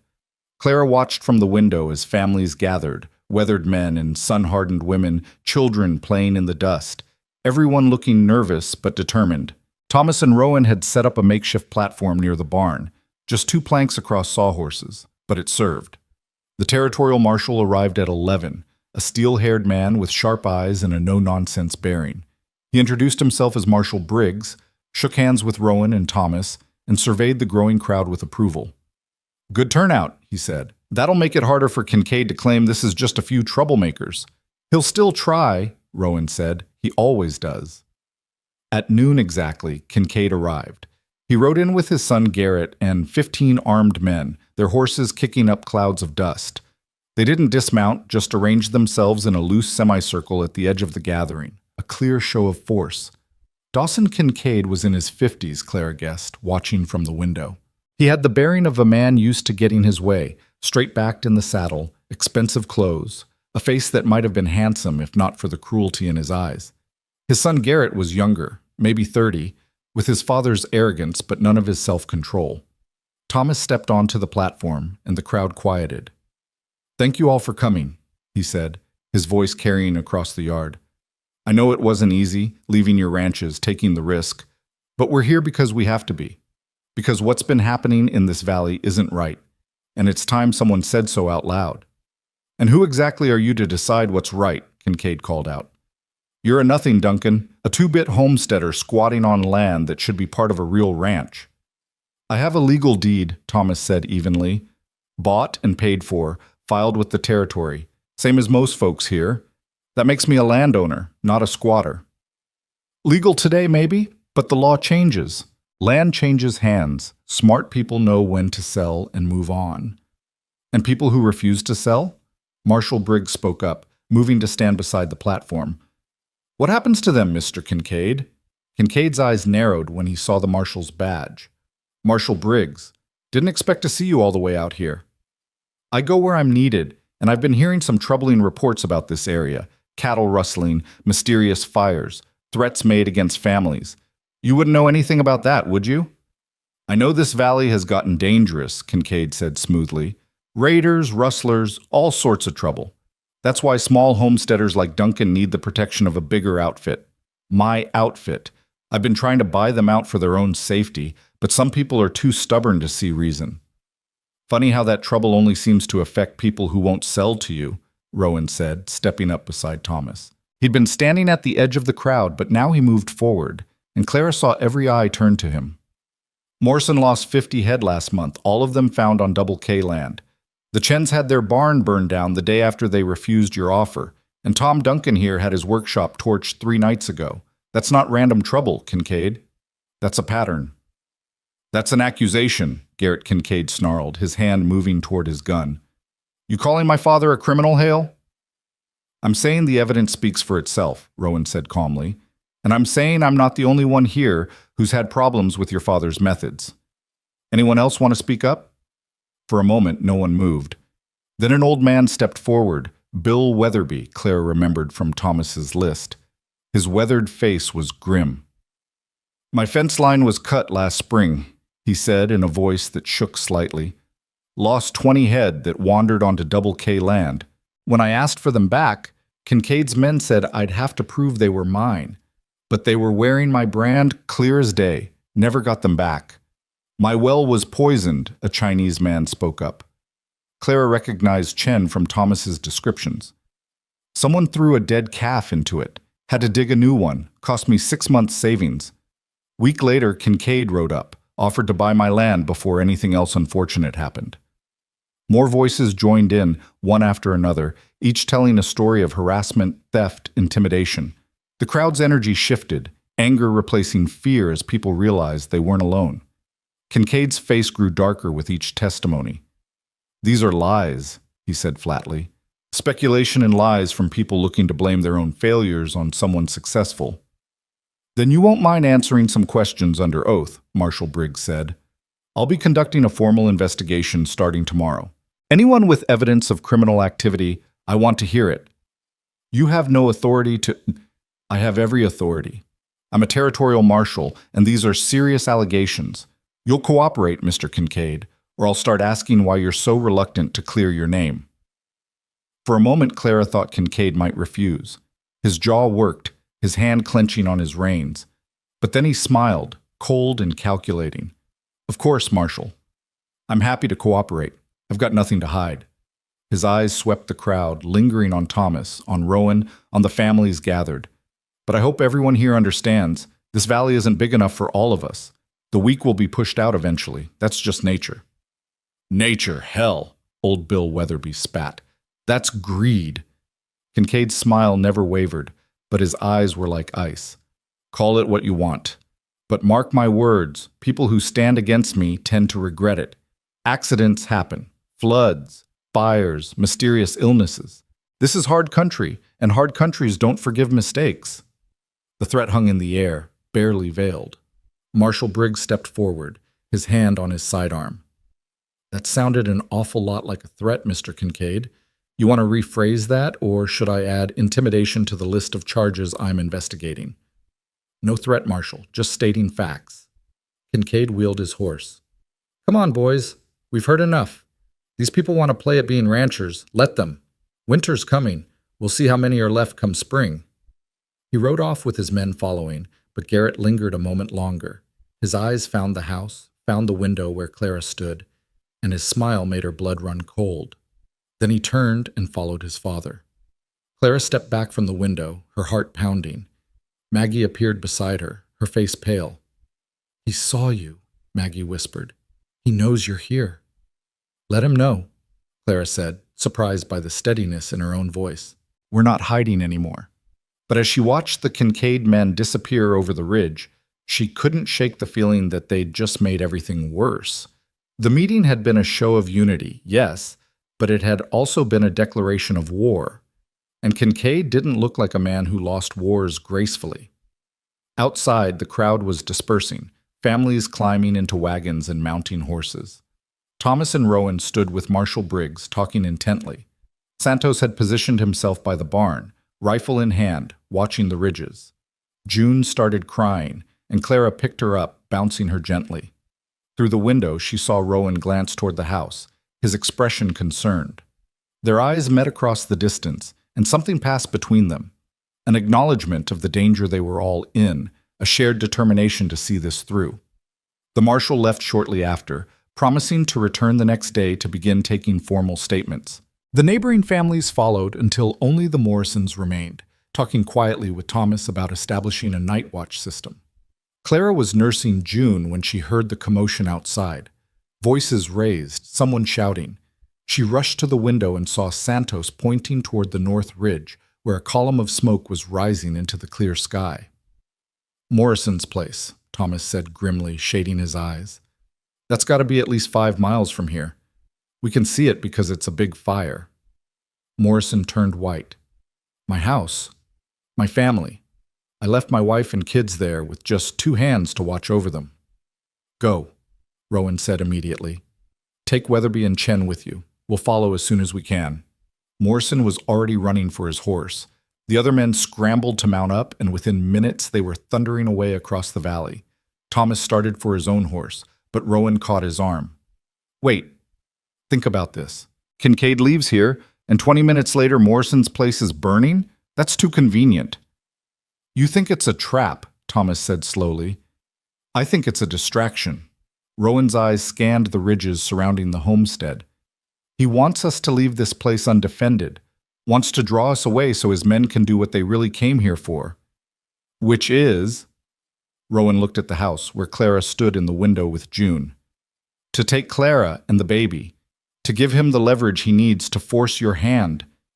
As if summoned by his words, riders appeared on 3 sides of the homestead. Not 15 this time, at least 30, maybe more, converging from different directions. They'd been waiting in concealment, Clara realized with horror, waiting for the other families to leave, waiting for the perfect moment to strike. Into the house, Thomas shouted. Everyone inside, now! Santos was already moving, running for the porch. Rowan followed, turning to fire a warning shot over the approaching riders' heads. The shot echoed across the valley, but the riders kept coming. Clara grabbed June and ran from the window just as the first bullet shattered the glass. Maggie screamed, pulling her away from the flying shards. Thomas burst through the door, Santos and Rowan right behind him, and they immediately began barring the windows and doors. How many? Thomas asked, checking his rifle. 30, maybe more, Rowan said grimly. They've got us surrounded. Another shot, then another, the sound of bullets thudding into adobe walls, pinging off the tin roof. Clara clutched June to her chest and crouched in the corner farthest from the windows, her whole body shaking. This was it. This was what Maggie had warned her about. Kincaid hadn't been bluffing. He'd just been waiting for the right moment. And now they were trapped, outnumbered, with no help coming. Rowan appeared beside her, his face streaked with dust and sweat. Clara, listen to me. There's a root cellar under the kitchen. Maggie knows where. You take June and you hide there, understand? Don't come out no matter what you hear. What about you? What about... We'll hold them off. His gray eyes were steady, certain. But if something happens, if they get inside, you stay hidden. You protect June. Promise me. Clara wanted to argue, wanted to say she wouldn't hide while others fought, but June was wailing in her arms and she knew what she had to do. I promise, she whispered. Rowan's hand touched her cheek, just for a moment, a gesture so tender it made her heart crack. Then he was gone, moving back to the window where Santos was already firing measured shots at the approaching riders. Maggie pulled Clara toward the kitchen, lifted a rug to reveal a trapdoor. Down here. There's blankets, water, enough air for a few hours. Stay quiet no matter what. Clara descended the ladder into darkness, June still crying against her shoulder. Above her, Maggie's face appeared in the opening. I love you, Clara. You and June both. Then the trapdoor closed, and Clara was alone in the dark with her screaming daughter and the sound of gunfire overhead. The root cellar smelled of earth and potatoes and fear. Clara sat in the darkness with her back against the dirt wall, rocking June and murmuring wordless sounds of comfort that did nothing to stop the baby's terrified crying. Above them, the gunfire was constant now. Sharp cracks from inside the house answered by the deeper boom of rifles outside, punctuated by shouted orders she couldn't quite make out.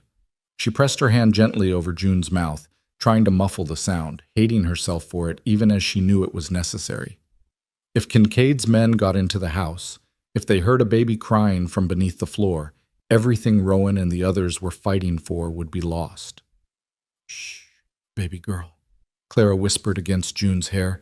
Please, please be quiet. Mama's here. Mama's got you. June's cries subsided to hiccuping whimpers. Whether from exhaustion or some infant instinct that understood danger, Clara couldn't tell. In the brief quiet, she could hear voices more clearly. South window! That was Thomas, his voice strained. 3 of them trying to reach the barn! The crack of a rifle, then Santos shouting something in Spanish. More shots, closer now. The thunder of boots on the wooden floor above Clara's head made dirt rain down from the cellar ceiling. They're trying to flank us, Rowan's voice sharp with urgency. Maggie, watch the back door. Clara's heart seized. Maggie was up there, fighting alongside the men, while Clara hid in the dark like a coward. But she knew, God help her, she knew that this was where she needed to be. June couldn't fight. June needed her mother alive and hidden and ready to run if everything fell apart. A tremendous crash shook the house, followed by Maggie's scream. Clara bit down on her own fist to keep from crying out, her whole body tensing. What had happened? Was Maggie hurt? Was she... I'm all right, Maggie's voice came, shaken but alive. They threw something through the window, but I'm all right. They're trying to smoke us out, Thomas shouted. Santos, the water barrel! The sound of running feet, of water splashing, the acrid smell of smoke began seeping through the floorboards, and Clara pulled her shawl up to cover June's nose and mouth. The baby whimpered, but didn't cry out, her dark eyes wide in the dim light that filtered through the cracks above. Time became meaningless in the cellar. Clara counted her heartbeats, counted June's breaths, counted the shots being fired, and tried to calculate how much ammunition they must have left. Not enough. Never enough against 30 men. Then she heard a new sound. Hoofbeats, many of them, approaching fast from the east. Her first thought was reinforcements for Kincaid, that they were truly lost now. But then she heard Thomas's whoop of joy. It's Morrison! He's brought help! Morrison's place wasn't burning, Rowan's voice filled with fierce satisfaction. Kincaid's men just lit a brush fire on the ridge to make it look that way from here. Morrison spotted the trick and came straight back. The gunfire intensified, but it had changed character. Now it came from multiple directions, and Clara could hear shouting from outside that sounded confused, disorganized. Kincaid's men were caught between the house and Morrison's group, and they didn't like it. They're pulling back, Santos called out. The cowards! They run! But even as hope flared in Clara's chest, she heard Garrett Kincaid's voice rising above the chaos, closer than any voice should be. Forget them! Get to the house! Get the woman and the baby! That's all we need! Clara's blood turned to ice. They were coming for her specifically, and they knew she was here. Her hand tightened on June, pulling her daughter closer, and she looked desperately around the cellar for anything she could use as a weapon. A rusted shovel leaned in one corner, and she grabbed it with her free hand, knowing it would be useless, but needing something, anything. Above her, she heard the sound of splintering wood. The back door, she realized. They'd managed to break through the back door while everyone was focused on the front. Back door, Maggie screamed. Thomas, they're inside! The gunfight moved into the house itself. Clara could hear boots pounding on the floor directly above her, could hear the grunts and curses of men fighting hand to hand. Something heavy crashed to the floor, shaking dust loose from the ceiling. June started crying again, louder this time, and Clara knew with sick certainty that they would hear her. The trapdoor shook as someone stepped on the rug above it. Clara pressed herself into the corner, holding the shovel in one trembling hand and June in the other, and prayed harder than she'd ever prayed in her life. Check under that rug, Garrett's voice so close. She's got to be here somewhere. Garrett! Rowan's shout, followed by the sound of a fist connecting with flesh. You want her, you go through me first. They were fighting directly above the trapdoor now. Clara could hear every impact, every grunt of pain. She heard Rowan curse, heard the thud of a body hitting the floor. Then Garrett's voice again, breathless and enraged. You're done, Hale. This valley's done. My father's going to burn every homestead to the ground, and there's nothing you can do to... His words cut off with a choking sound. Clara heard a scuffle, then Rowan's voice, low and deadly. You tell your father this. He comes near Clara or that baby again, I'll kill him myself. You understand me? I don't care about consequences. I don't care about the law. He touches them. He dies. You're a dead man, Garrett wheezed. You're all dead. Maybe, but you first. A thump, the sound of someone being shoved hard. Now get out of here before I change my mind about letting you live. Boots stumbling toward the door. Then Thomas's voice calling from outside. They're retreating, all of them heading back toward Double K land. The shooting stopped. In the sudden quiet, Clara could hear her own ragged breathing, could hear June's whimpers subsiding to exhausted hiccups. She didn't move, didn't dare believe it was over, until she heard Rowan's voice directly above her. Clara, it's safe now. You can come up. The trapdoor lifted and light flooded the cellar. Rowan's face appeared in the opening, streaked with blood and soot, a cut above his left eye bleeding freely. But he was alive, and the look on his face when he saw her and June was worth every moment of terror in that dark hole. "Thank God," he breathed. He reached down, and Clara took his hand, letting him pull her up with June clutched to her chest. When she emerged into the kitchen, she saw the devastation: broken windows, bullet holes in the walls, the back door hanging off its hinges. Maggie sat at the table with a bloody cloth pressed to her arm, while Santos and Thomas checked the perimeter with rifles still at the ready. "Maggie!" Clara rushed to her sister. "You're hurt!" "Just a graze," Maggie said, though her face was pale. "Bullet caught my arm when I was reloading. I've had worse." "No, you haven't," Thomas said, coming back inside. His face was grim as he knelt beside his wife. "That needs proper doctoring, Maggie. It needs a bandage and some whiskey, and I'll be fine." Maggie's voice was firm, but her hand shook as she pressed the cloth tighter. "We all need to focus on what comes next. Kincaid's men ran, but they'll regroup. They'll come back with more men, more guns." "Maybe not," Rowan said. He crossed to the broken window and looked out at the yard. Morrison's men captured 3 of Kincaid's hands.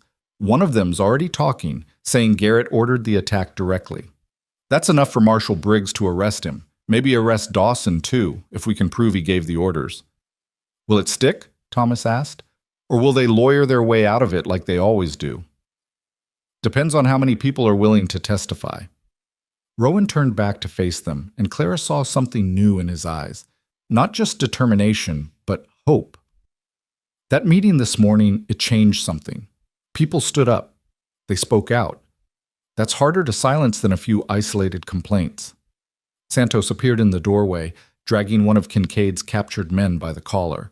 The man's face was bloody, his eyes darting nervously between the people in the kitchen. "This one, he says he has information," Santos announced. "Says he will trade it for his freedom." "No deals," Thomas said flatly. "He attacked my home, threatened my family." "Wait," Rowan held up a hand. "What kind of information?" The captured man swallowed hard.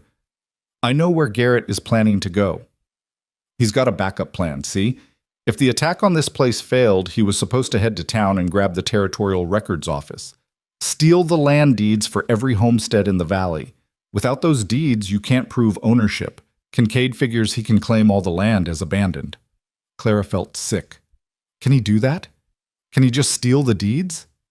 "If he destroys them and there's no copies, it becomes a legal nightmare," Rowan said. "Could tie up the courts for years. Meanwhile, he moves his cattle onto the land, builds his own structures, establishes possession. By the time it gets sorted out, the small ranchers will be broke and scattered." "We have to stop him," Maggie said, trying to stand. She swayed, and Thomas caught her. "You're not going anywhere," Thomas said firmly. "Santos, you and I will ride for town. Warn them what's coming." "No." Rowan's voice cut through the discussion. "Santos stays here to protect the women. You and I ride for town, but we split up. You take the direct route, raise the alarm, get as many armed men as you can. I'll take the ridge trail. It's faster if you know it. I can get there first, get to the records office before Garrett does." "That's a hard ride alone," Thomas warned. "And if Garrett's got men with him, then I deal with them." Rowan checked his rifle, his movements methodical. "Clara, I need you to write something for me. Quick as you can." Clara found paper and pencil amid the chaos and sat at the table. "What do you need?" "A statement.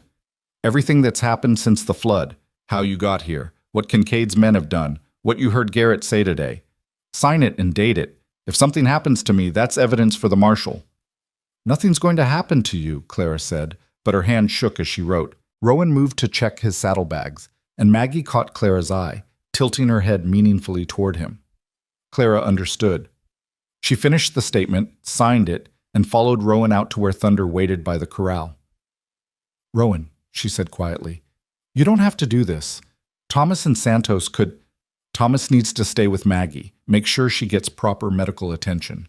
And Santos needs to stay here in case any of Kincaid's men double back." Rowan tightened Thunder's girth, not looking at her.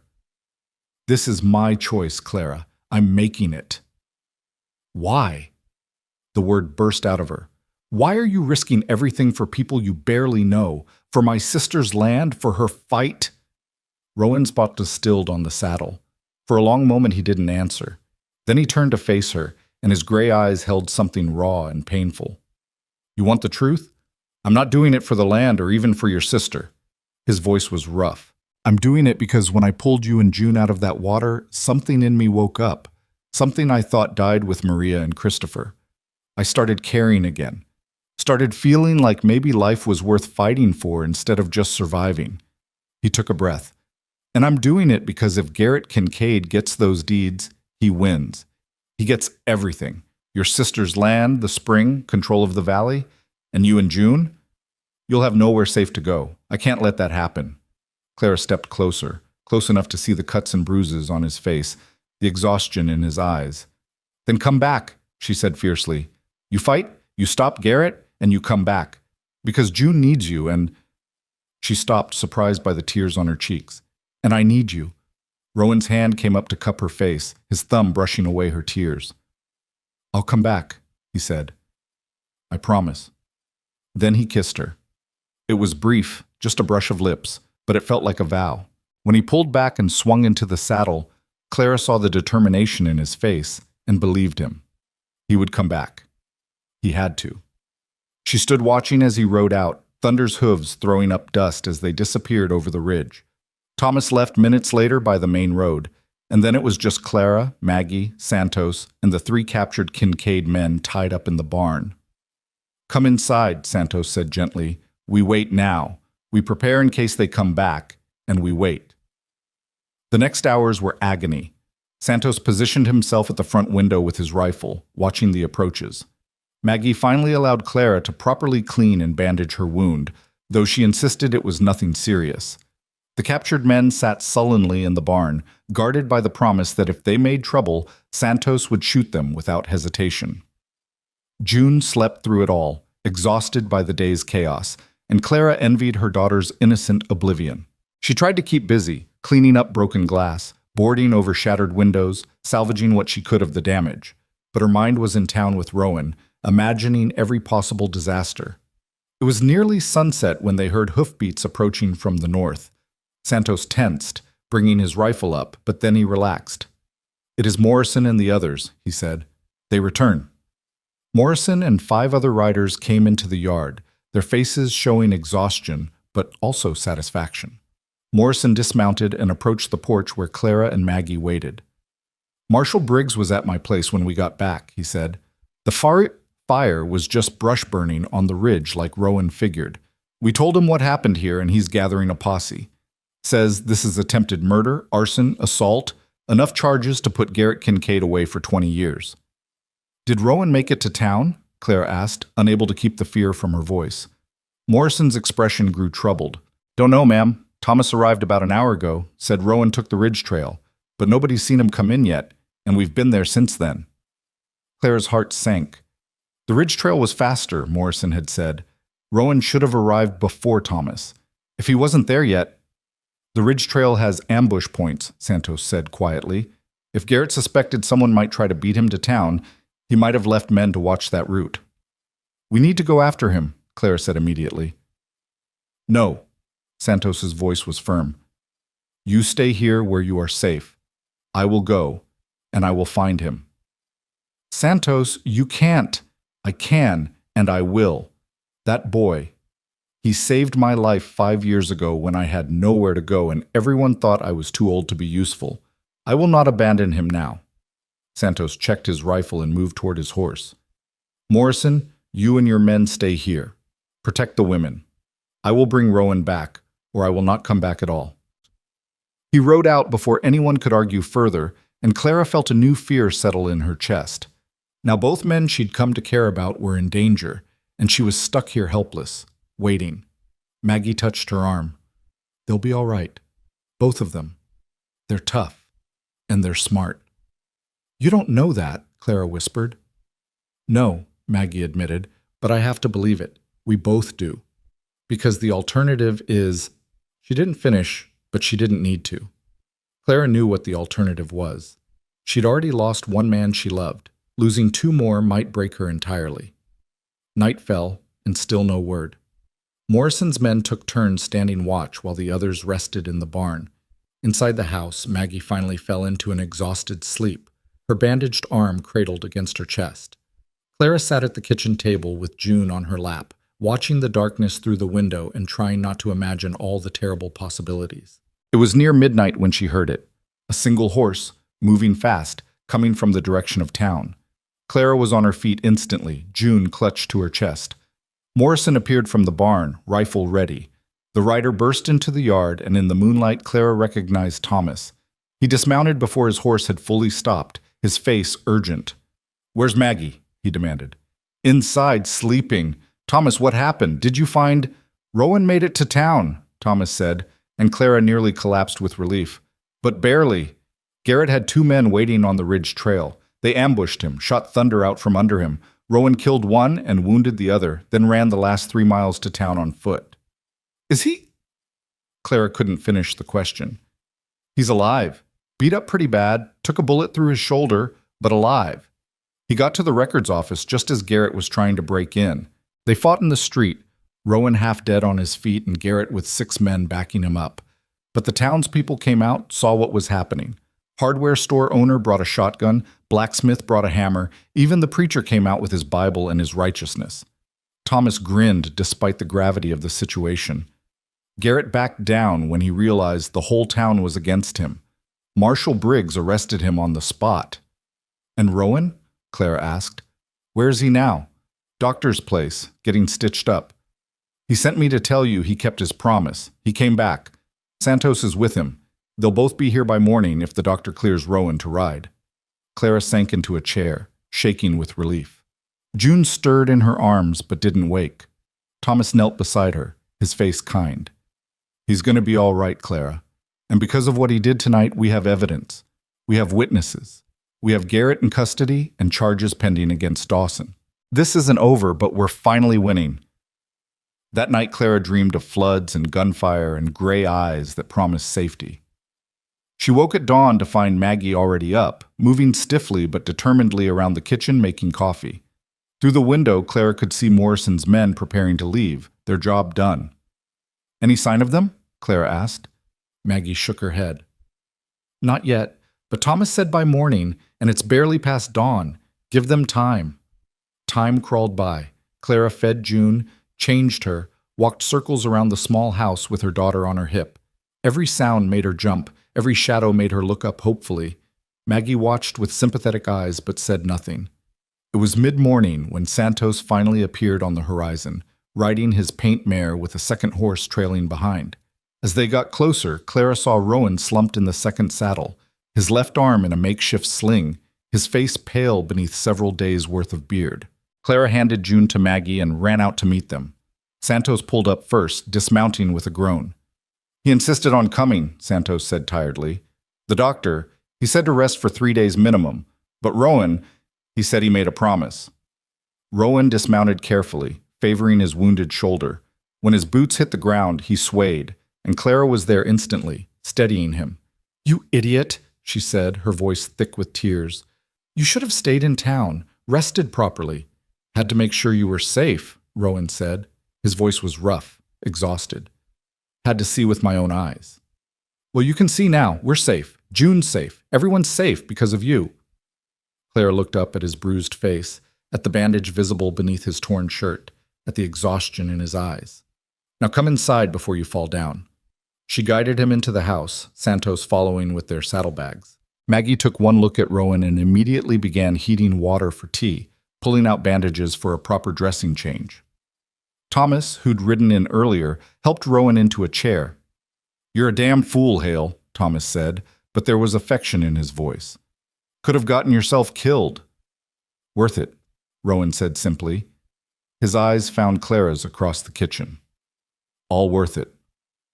The next few days passed in a strange limbo. Rowan recovered slowly, his shoulder healing, though it would leave another scar to match the one through his eyebrow. Marshal Briggs came and went, taking statements, building his case. More of Kincaid's men came forward, willing to testify now that Garrett was in custody, and it looked like the law might actually win for once. Dawson Kincaid himself was arrested on the 4th day. Marshal Briggs rode out to the Double K with 10 deputies and brought him back in chains. The old man's face was thunderous, but he went quietly, already no doubt planning his legal defense. "It'll go to trial," Marshal Briggs told them. "Could take months, but we've got solid evidence, multiple witnesses, and 2 of Kincaid's own men who've turned state's evidence. I think we can make it stick." "And in the meantime?" Thomas asked. "In the meantime, everyone stays alert. Kincaid still has men loyal to him, and they might try something stupid. But with both Kincaids in custody, most of the hands are drifting off, looking for work elsewhere. The Double K is falling apart from the inside." It was strange, Clara thought, how quickly life tried to return to normal. The broken windows were repaired. The back door was rehung. Maggie's arm healed, though she'd have a scar. The valley settled into an uneasy peace, everyone waiting to see what would happen next. Through it all, Clara found herself watching Rowan. He'd stayed at the Duncan homestead to recover, sleeping in the barn with Santos, taking his meals at the house. Every day he grew stronger, and every day Clara felt her heart pulling toward him more insistently. She caught him one evening sitting on the porch, June asleep in his arms. He'd taken to holding the baby whenever Clara would let him, rocking her gently and humming tuneless songs. The sight of this scarred, dangerous man cradling her daughter with such tenderness never failed to make Clara's throat tight. "She likes you," Clara said softly, sitting beside him. "The feeling's mutual." Rowan's voice was fond as he looked down at June's sleeping face. "She reminds me of Christopher sometimes, the way she grabs my finger, the way she laughs." It was the first time he'd spoken his son's name where Clara could hear. She held very still, afraid to break the moment. "He would have been 8 now," Rowan continued quietly. "Sometimes I wonder what he would have been like. Would he have wanted to be a rancher like me? Or would he have wanted something different? Would he have been tall or short, serious or funny?" He swallowed hard. "I'll never know." "Tell me about him," Clara said. "About Christopher. About Maria." So he did. In the gathering darkness, with June sleeping between them, Rowan told Clara about his wife who'd loved to garden, who'd sung Mexican ballads while she cooked, who'd been fierce and loving in equal measure. He told her about Christopher, who'd been afraid of horses until the day he wasn't, who'd wanted to be just like his papa, who'd died calling for water with a fever that wouldn't break. "I'm sorry," Clara whispered when he finished. "I'm so sorry, Rowan." "So am I. Sorry you lost Daniel. Sorry you had to go through that alone." He looked at her, his gray eyes reflecting the first stars. "But I'm not sorry the flood brought you here. Does that make me a terrible person?" "No," Clara said. "It makes you human." They sat in comfortable silence for a while, listening to the night sounds of the valley. Finally, Rowan spoke again. "I'm going back to my ranch in a few days. Santos and I need to check the herd, repair the damage from Kincaid's raids, but Clara..." He stopped, seeming to gather his courage. "I'd like to come back, to visit, if that would be all right with you." "Of course it would be all right," Clara said. Her heart was pounding so hard she was sure he could hear it. "We'd like that. June and I both." "Good." Rowan's hand found hers in the darkness, his calloused fingers intertwining with hers. "That's good." Inside, through the window, Clara could see Maggie and Thomas moving about the kitchen, their shadows merging as they embraced. She thought about what Maggie had said weeks ago, about not confusing safety with love. But looking at Rowan now, feeling his hand in hers and June sleeping peacefully in his arms, Clara realized maybe they weren't as separate as Maggie thought. Maybe safety was love. Maybe love was finding someone who'd dive into a flood for you, who'd ride into danger to protect what you held dear, who'd hold your baby like she was precious while telling you about the child he'd lost. Maybe this was what hope felt like after grief, tentative and new, but real. The trial of Dawson and Garrett Kincaid began 6 weeks later, and it was the talk of the entire territory. Witnesses came from all over the valley to testify, ranchers telling of rustled cattle and burned barns, families describing threats and violence, even some of Kincaid's own former men admitting to crimes they'd committed under orders. Clara testified too, standing in front of the judge and jury and recounting everything that had happened since the flood. She described Garrett's attack on the Duncan homestead, his attempt to steal the land deeds, his threats against her and June. When she finished, the courtroom was silent. The verdict came after 3 days of deliberation. Garrett Kincaid was found guilty on multiple counts: attempted murder, arson, conspiracy, theft. He was sentenced to 20 years in the territorial prison. Dawson Kincaid, as the architect of the schemes, received 25 years. The day the verdict was announced, the valley erupted in celebration. Families that had been living in fear for years finally breathed easy. The Double K Ranch was seized and divided up, sold off to pay restitution to those Kincaid had harmed. Thomas Duncan bought back the cattle that had been stolen from his neighbors. Bill Weatherby reclaimed his lost herd. And through it all, Rowan kept his promise. He came to visit every week, riding the 25 miles from his ranch to the Duncan homestead and back. Sometimes he brought Santos, who'd become June's favorite person after her mother. Sometimes he came alone. On those solo visits, he and Clara would walk by the spring while Maggie watched June, and they would talk about their lost spouses, about their hopes and fears, about what the future might hold. The conversations were easy and hard in equal measure, but they were honest, and they were healing. "I think Maria would have liked you," Rowan said one afternoon as they sat by the water. "She always said I needed someone who'd challenge me, who wouldn't let me be stubborn for stubborn's sake." "And Daniel would have liked you," Clara replied. "He always said I needed someone strong, someone who could keep up with me." "Think they'd approve?" Rowan asked quietly. "Of this? Of us?" Clara thought about it seriously. "I think they'd want us to be happy, and I think—" She paused, surprised by her own certainty. "I think I could be happy with you, Rowan. Not right away, not tomorrow, but someday." "Someday works for me," Rowan said. He took her hand and they sat watching the spring bubble up from the earth, clear and constant and life-giving. 3 months after the trial, on a crisp November morning, Marshal Briggs rode out to the Duncan homestead with news. The territorial governor had issued a formal apology to all the families affected by Kincaid's crimes. Compensation would be paid. Protection would be guaranteed. The valley was officially safe again. That night, Thomas organized a celebration. Families from all over came: the Morrisons, the Chens, the Hoffmans, old Bill Weatherby, and dozens more.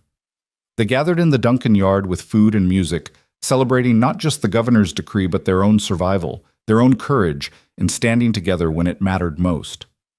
Clara stood on the porch holding June, watching the festivities, when she felt a presence beside her. Rowan had arrived late, straight from his ranch, still dusty from the ride. "Sorry I'm late," he said. "Had a fence break this morning. Took longer to fix than I expected." "You're here now," Clara said. "That's what matters." June saw Rowan and immediately reached for him, making her demanding baby sounds. Rowan laughed and took her, settling her on his hip with the ease of long practice. "Getting big, aren't you, little one?" he said to June. "Soon you'll be running around, getting into everything." "She loves you," Clara said softly. Rowan looked at her, and something in his expression made Clara's breath catch. "I love her too," he said. "And Clara, I love you." The words hung in the air between them, simple and profound. Clara felt tears prick her eyes, but they were good tears this time, healing tears. "I love you too," she whispered. "I didn't think I could again, after Daniel. But I do." "Marry me," Rowan said. It wasn't a question, not exactly, but not quite a demand either. "Not tomorrow, not next week, but when you're ready. Marry me and bring June to the ranch. Let me be her father, let me be your husband. Let me spend the rest of my life making sure you both know you're loved." Clara's answer caught in her throat, choked by emotion. Instead, she reached up and pulled him down into a kiss, careful of the baby between them. June laughed, delighted by whatever game the adults were playing. When they pulled apart, Rowan was smiling, really smiling, the kind of smile that reached his eyes and made him look years younger. "I'll take that as a yes," he said. "Yes," Clara confirmed, laughing through her tears. "Yes, when I'm ready. Yes to all of it." They married in February, 5 months after the flood that had brought them together.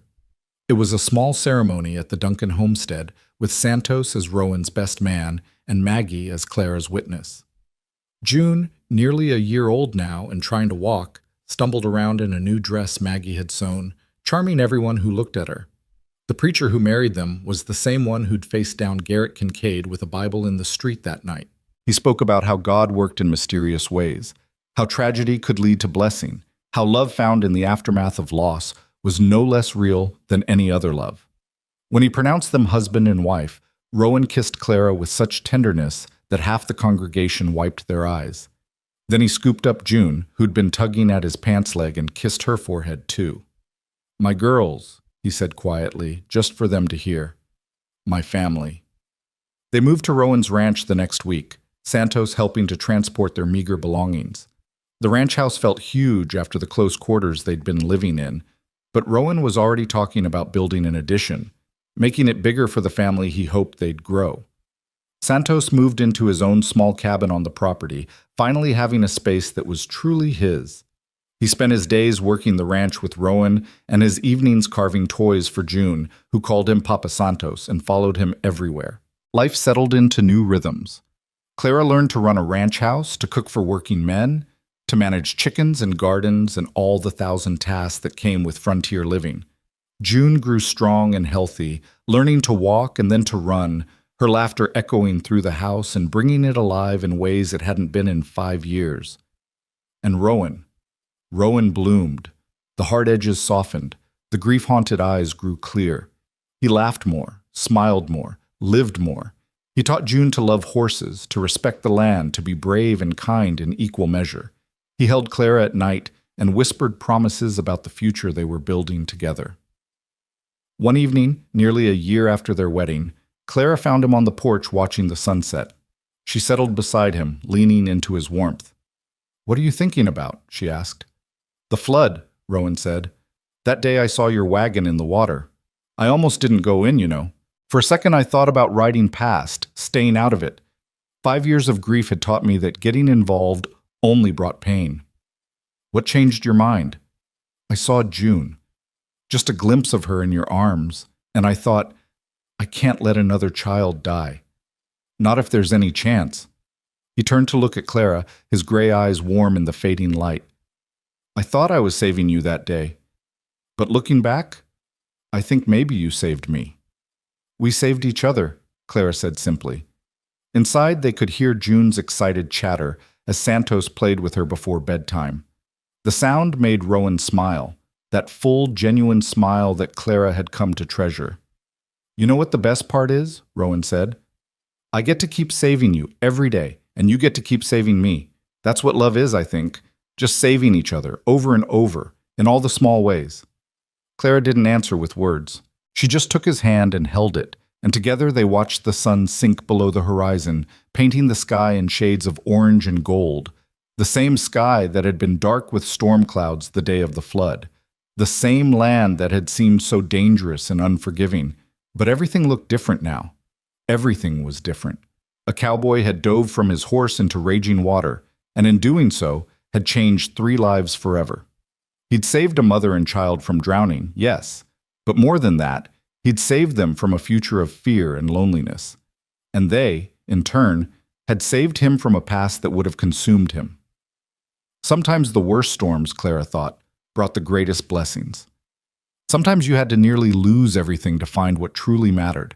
And sometimes, just sometimes, love found you in the most unexpected places, in the chaos of disaster and the quiet moments after. As the stars began to appear overhead, Clara squeezed Rowan's hand and felt him squeeze back. Whatever came next, drought or prosperity, hardship or ease, they would face it together. A family forged by fire and flood and the simple courage of not giving up. And that, Clara thought, was worth every moment of fear she'd endured in that flood. Worth every tear she'd cried for Daniel. Worth every hard mile that had brought her to this porch, this man, this life. It was worth everything. The seasons turned, and with them came the steady rhythm of ranch life that Clara had never imagined she'd find comforting. Spring brought the birth of new calves and the backbreaking work of branding. Summer meant long days in the garden and longer evenings on the porch, watching June chase fireflies while Santos told stories in his melodic Spanish-accented English. Fall arrived with the cattle drive to market and the satisfaction of a good price that would see them through the winter. But it was on an October morning, exactly 1 year after the flood, that everything came full circle. Clara woke to find Rowan's side of the bed empty and cool. She rose, checked on June, still sleeping soundly in her small bed, and padded through the house looking for her husband. She found him on the porch, coffee in hand, staring toward the eastern horizon where the sun was just beginning to paint the sky. "Couldn't sleep?" she asked softly, settling beside him with her shawl wrapped tight against the morning chill. "Been thinking," Rowan said, "about what day it is." Clara had been thinking about it too. 1 year ago today, she'd been in a wagon with Tom Breslin, heading toward an uncertain future. 1 year ago today, the flood had come. "Do you want to go?" she asked. "To the creek, I mean. To see it?" Rowan looked at her with surprise. "I wasn't sure you'd want to. Might bring back bad memories." "It'll bring back all kinds of memories," Clara said. "But I think I need to see it. Need to see that it's just a creek now, not a monster. Does that make sense?" "Perfect sense." Rowan squeezed her hand. "We'll go this morning. All of us. Make it a family trip." Santos was enthusiastic about the idea when they told him over breakfast. June, now walking confidently and chattering in half-formed words, seemed to sense something important was happening and kept tugging at Clara's skirts with excited babbling. They packed a picnic lunch and set out mid-morning, the four of them on horseback with June riding in front of Rowan on Thunder. The big bay stallion had fully recovered from the gunshot wound he'd taken on the ridge trail, though, like his master, he bore new scars. Clara rode a gentle mare Rowan had bought for her, while Santos brought up the rear on his faithful Paint. The ride to Winding Creek took 2 hours. As they approached the valley, Clara felt her chest tighten with remembered fear. But when they crested the rise and looked down, she saw only beauty. Golden grass swaying in the breeze, cottonwood trees still holding their autumn leaves, and cutting through it all, a peaceful ribbon of water that sparkled in the sunlight. "It's so small," Clara said wonderingly. "How could something so small have been so terrifying?" "Because it wasn't small that day," Rowan said quietly. "That day it was a monster, just like you said. But today it's just a creek again. That's the nature of flash floods. They come and go, leaving everything changed." They rode down to the water's edge, to the stretch where Rowan estimated the wagon had been when he'd seen it. The sandbar where they'd collapsed, exhausted and alive, was still there, though smaller now. The cottonwoods bore the scars of that day, broken branches, high water marks on the trunks. But they'd survived, as had everything else. Santos spread a blanket on the grass while Clara unpacked their lunch. June immediately toddled toward the water, and Rowan scooped her up before she could get her feet wet. "Not so fast, little one," he said, bouncing her on his hip. "Water's cold this time of year." But he carried her closer, let her touch the water with her fingers, watched her laugh at the way it moved. Clara joined them, standing at the creek's edge with her family, and felt something shift inside her, a final releasing of the terror she'd carried. "Thank you," she said to the creek, surprising herself, "for bringing us here, for bringing us to him." "You're thanking the thing that almost killed you?" Santos asked, but there was understanding in his voice. "I'm thanking the thing that brought us together," Clara said. "All of us. If the flood hadn't happened, I'd still be heading to Maggie's, and Rowan would still be alone, and none of this—" She gestured at her family, at the life they'd built. "None of this would exist." "She's got a point," Rowan said. He set June down carefully, keeping hold of her hand, and wrapped his other arm around Clara's waist. "Everything good in my life right now came from the worst day of yours." Strange how that works. They ate lunch on the blanket, June demolishing her food with the enthusiastic messiness of a toddler, while Santos regaled them with stories of floods he'd seen in Sonora as a boy. The sun climbed higher, warming the air, and Clara felt herself relaxing completely for the first time since they'd arrived. After lunch, while June napped on the blanket with Santos watching over her, Rowan took Clara's hand and led her upstream, away from the others. "There's something I want to show you," he said. They walked for perhaps 10 minutes, following the creek's gentle curve, until Rowan stopped at a bend where a massive boulder sat half in the water, creating a small pool. "This is where I was when I heard the flood coming," he said quietly. "I'd been tracking a mountain lion all morning, lost the trail here. I was about to head home when I heard the roar. By the time I got back to where I could see the valley, the water was already rising."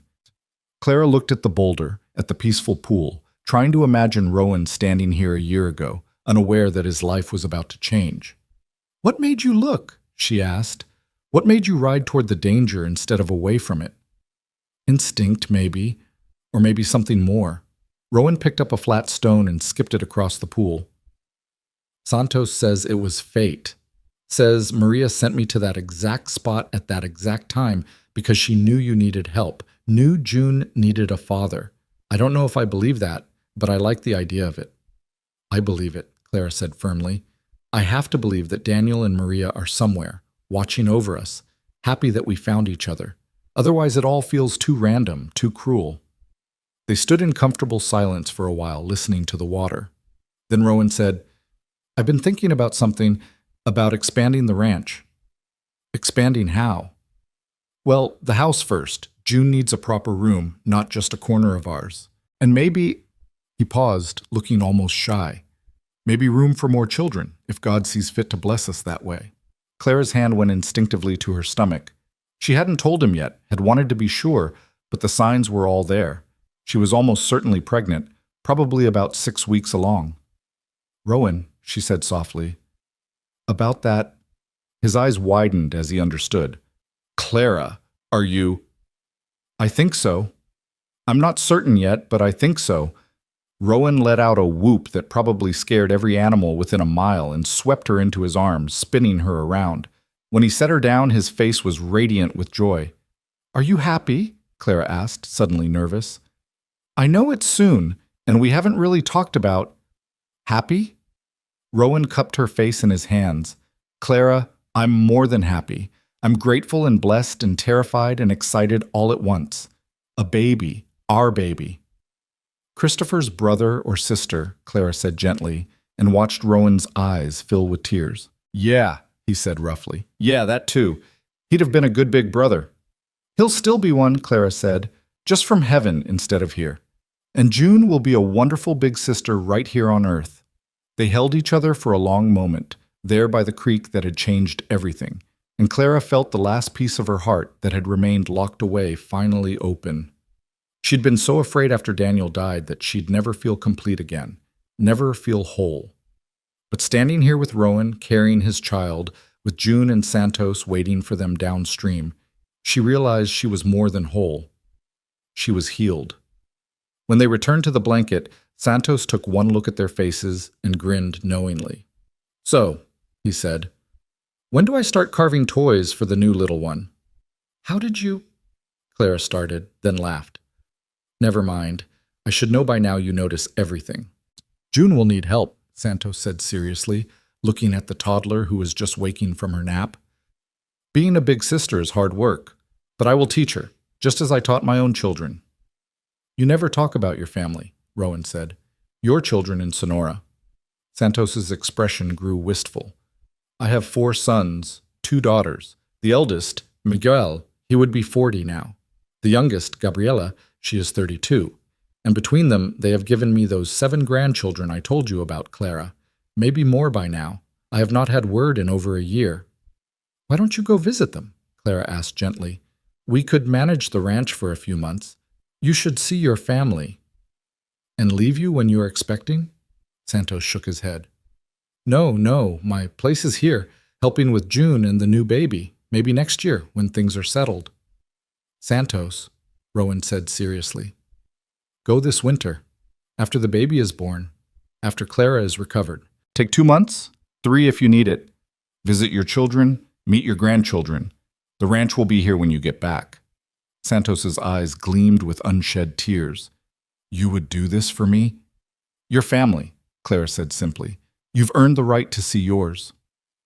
They stayed by the creek until the afternoon shadows grew long, June playing in the grass while the adults talked and planned. They discussed the ranch expansion, debated names for the new baby, made lists of supplies they'd need before winter set in. It was comfortable and domestic and everything Clara had thought she'd lost when Daniel died. As they prepared to ride home, June in Rowan's arms and Clara mounting her mare, a thought struck her. "Rowan, whatever happened to the mountain lion you were tracking that day?"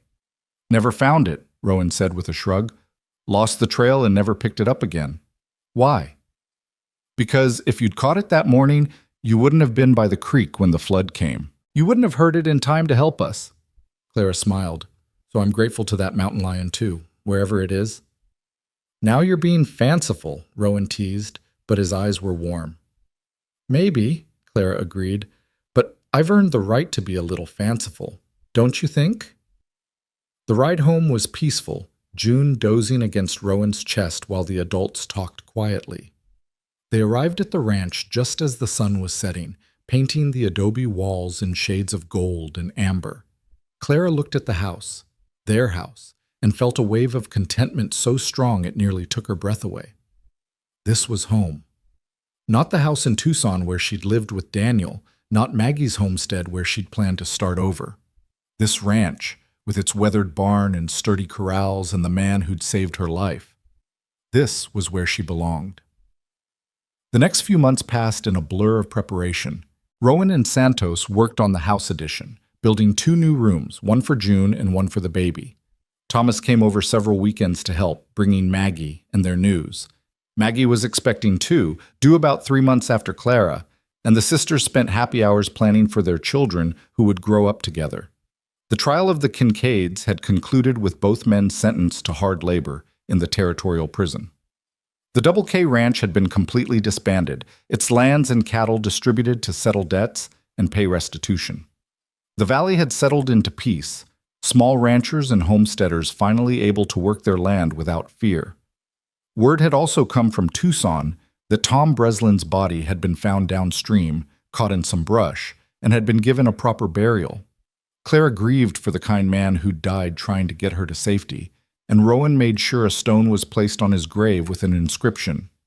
He died protecting a mother and child. Christmas came, and with it a celebration at the ranch. Morrison and his family came, along with the Chens, the Hoffmans, and of course Thomas and Maggie. They crowded into the house, spilling out onto the porch despite the cold, sharing food and stories and laughter. June, overwhelmed by the attention, clung to Santos's legs until he picked her up and let her help him serve the tamales he'd made special for the occasion. "This," Clara said to Rowan as they watched the celebration from the doorway, "this is what I dreamed of when I was pregnant with June and alone in Tucson. Community, family, people who care." "You've got it now," Rowan said, his hand resting protectively on her swollen belly. "You've got all of it." The baby came in late February during a snowstorm that reminded Clara uncomfortably of the fever that had taken Maria and Christopher, but this time the outcome was different. This time the doctor arrived in plenty of time, and after 6 hours of labor, Clara delivered a healthy baby boy with a shock of dark hair and his father's gray eyes. "He's perfect," Rowan breathed, holding his son for the first time with hands that trembled. "Clara, he's perfect." "What should we name him?" Clara asked, exhausted but happy. Rowan was quiet for a long moment, looking down at the baby in his arms. "I was thinking, Daniel Christopher Hale, after both the fathers he'll never meet, but who made him possible?" Clara's eyes filled with tears. "It's perfect. He's perfect. Daniel Christopher Hale." June, allowed into the room to meet her new brother, approached cautiously. At 18 months old, she was full of opinions and energy, but she seemed to understand this was something special. She reached out one small finger and touched the baby's hand. "Baby," she said clearly, one of her few real words. "My baby." "Your brother," Clara corrected gently. "Can you say brother?" Buh, June attempted, then grinned proudly at getting close. Santos appeared in the doorway, his weathered face soft with emotion. "May an old man hold the new little one?"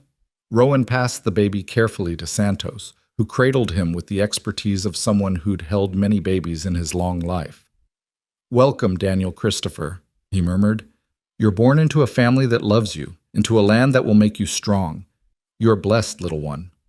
Maggie and Thomas arrived the next day, bringing food and supplies and Maggie's fierce joy at meeting her new nephew.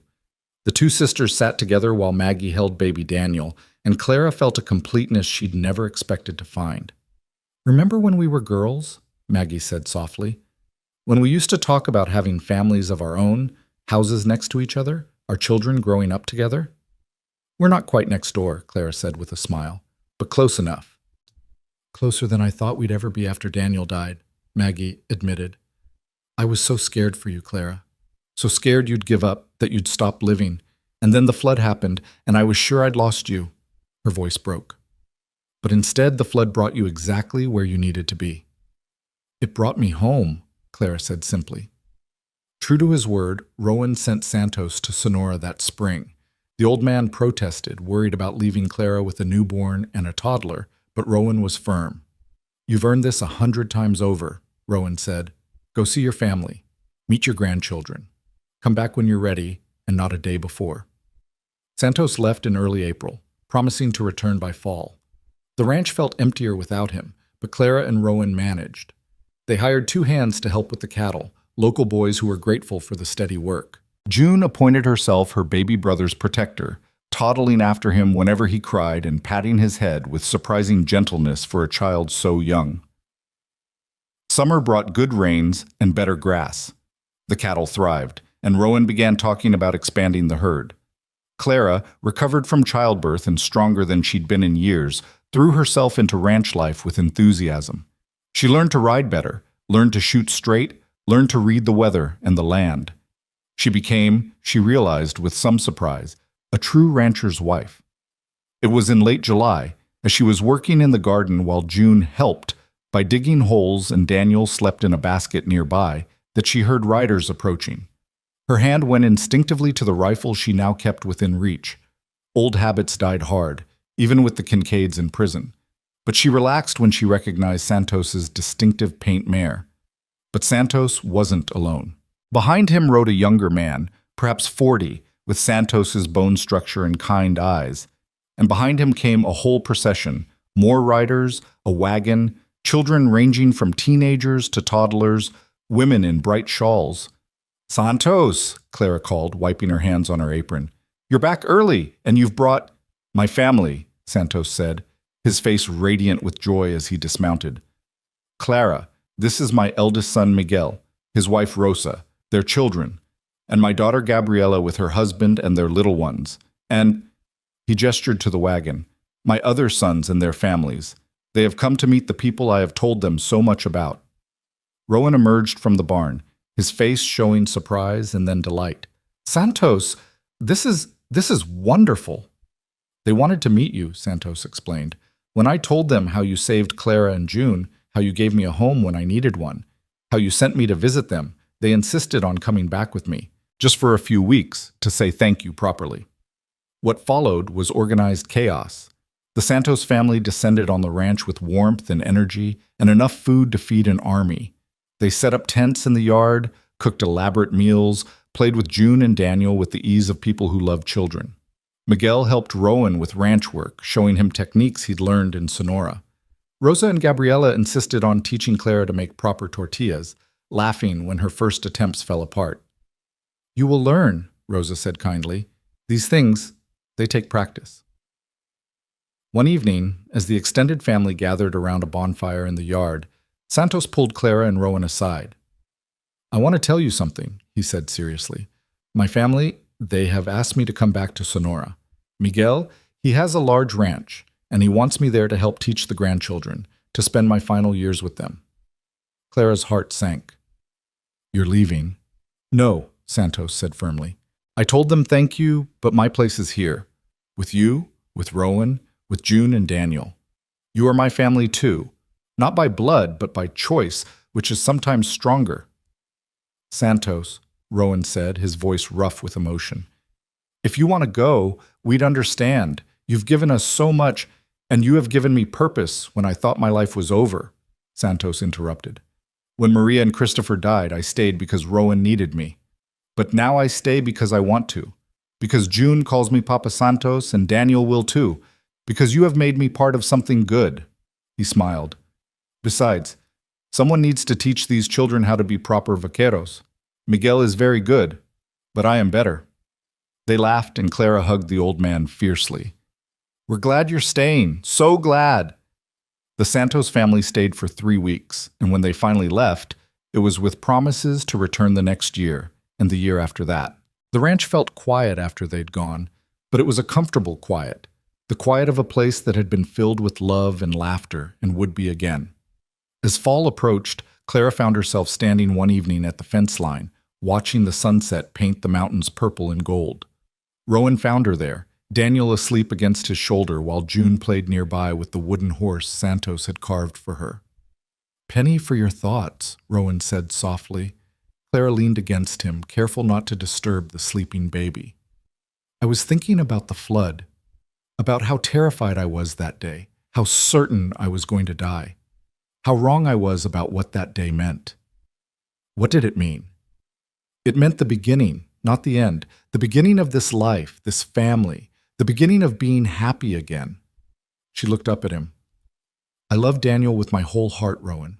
I want you to know that. And I love you with my whole heart, too. They're different loves, but both real, both true." "I know," Rowan said quietly. "Just like I loved Maria and I love you.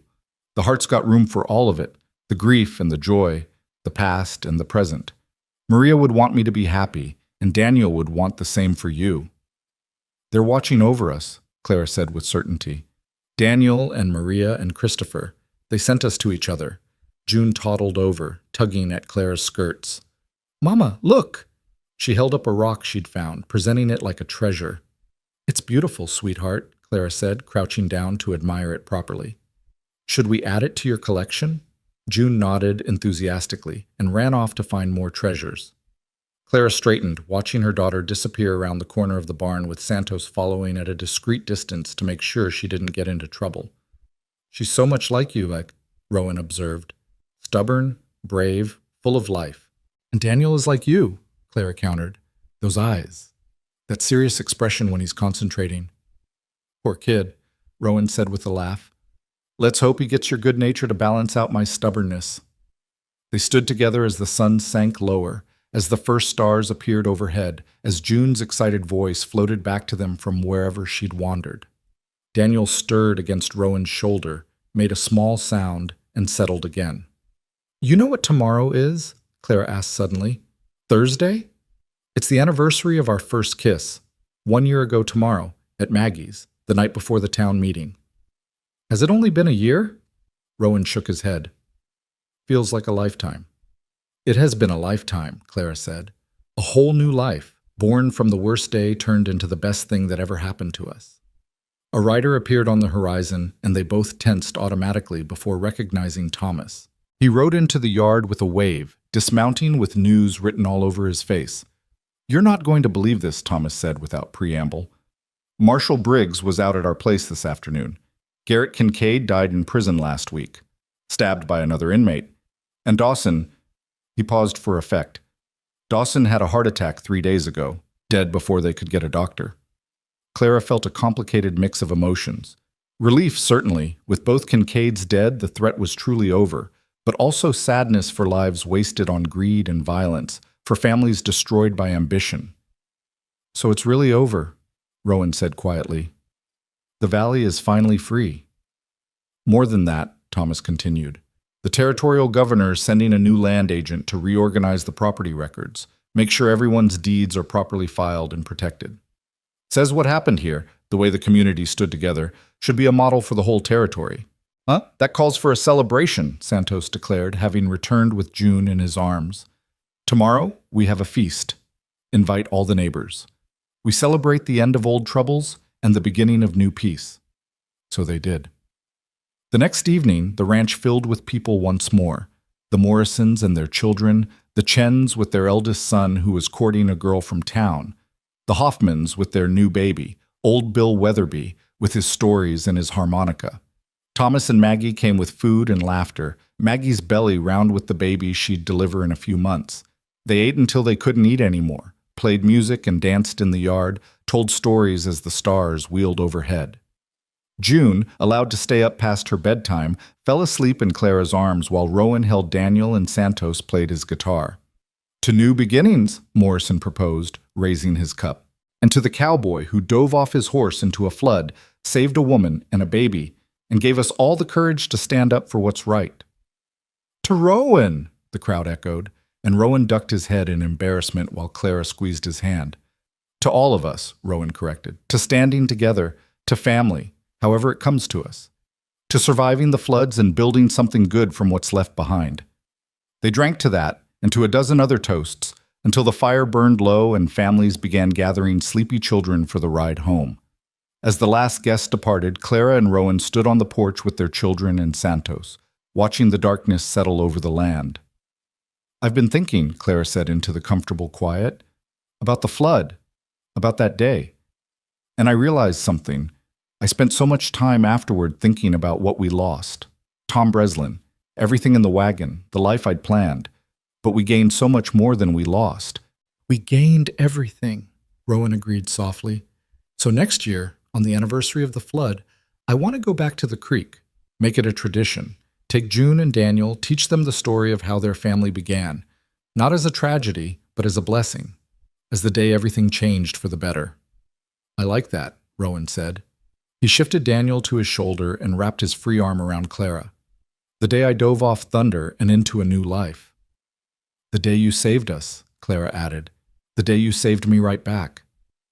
They stood there for a long moment, a family born from disaster and forged in love. And Clara thought about how strange and wonderful life could be, how the worst moments could lead to the best outcomes, how loss could clear the way for new love, how a flash flood in Arizona territory could wash away one life and deliver another. June stirred in her arms, mumbled something in her sleep about horses, and settled again. Daniel made a small sound, and Rowan began to rock him gently. Santos played a soft melody on his guitar, something sweet and sad and hopeful all at once. And Clara, standing in the doorway of her home with her husband beside her and her children in her arms, felt peace settle into her bones. She'd survived the flood. She'd survived the grief. She'd survived the violence and fear and uncertainty. And now, on the other side of all that surviving, she was finally, truly living. The creek that had nearly killed her had instead delivered her to exactly where she needed to be, to this ranch, this man, this family, to a love she hadn't known she could feel again, to a life that made every struggle, every tear, every moment of terror worthwhile. Tomorrow they would wake and work the ranch. They would feed the animals and tend the garden and teach June her letters. They would watch Daniel grow and change. They would argue sometimes and laugh more often, and hold each other through the hard nights when old griefs resurfaced. They would build a life together, day by day, choice by choice, moment by moment. But tonight, Clara thought, tonight they would simply be grateful. Grateful for floods that brought change, for cowboys who dove from horses, for the strange and winding path that had led them all to this porch, this moment, this perfect, imperfect life. She looked at Rowan, found him already looking at her, and smiled. No words were needed. They understood what they'd built, what they'd been given, what they'd fought for, and won. A family, a home, a future. And it had all started with a flood, a cowboy, and a mother's desperate prayer for salvation. Sometimes, Clara thought, prayers were answered in the most unexpected ways. Sometimes the thing that nearly destroyed you turned out to be the thing that saved you. Sometimes the end was really just the beginning. And sometimes, just sometimes, love found you in the chaos, pulled you from the water, and carried you home. "Come on," Rowan said softly, touching her cheek. "Let's get these little ones to bed. We've got a ranch to run in the morning and a lifetime to live." "A lifetime," Clara echoed, and let him lead her inside into the warmth and light and love that waited there. The door closed behind them, shutting out the darkness. And in the quiet that followed, if you listened very carefully, you might have heard the distant sound of water. Not the roar of a devastating flood, but the gentle murmur of winding creek, flowing peaceful and clear under the Arizona stars, bearing witness to the miracle it had made possible. A cowboy had dove from his horse, a baby had been saved, a family had been born, and they all lived, if not happily ever after, then at least contentedly, bravely, lovingly, for all the days that followed. The end.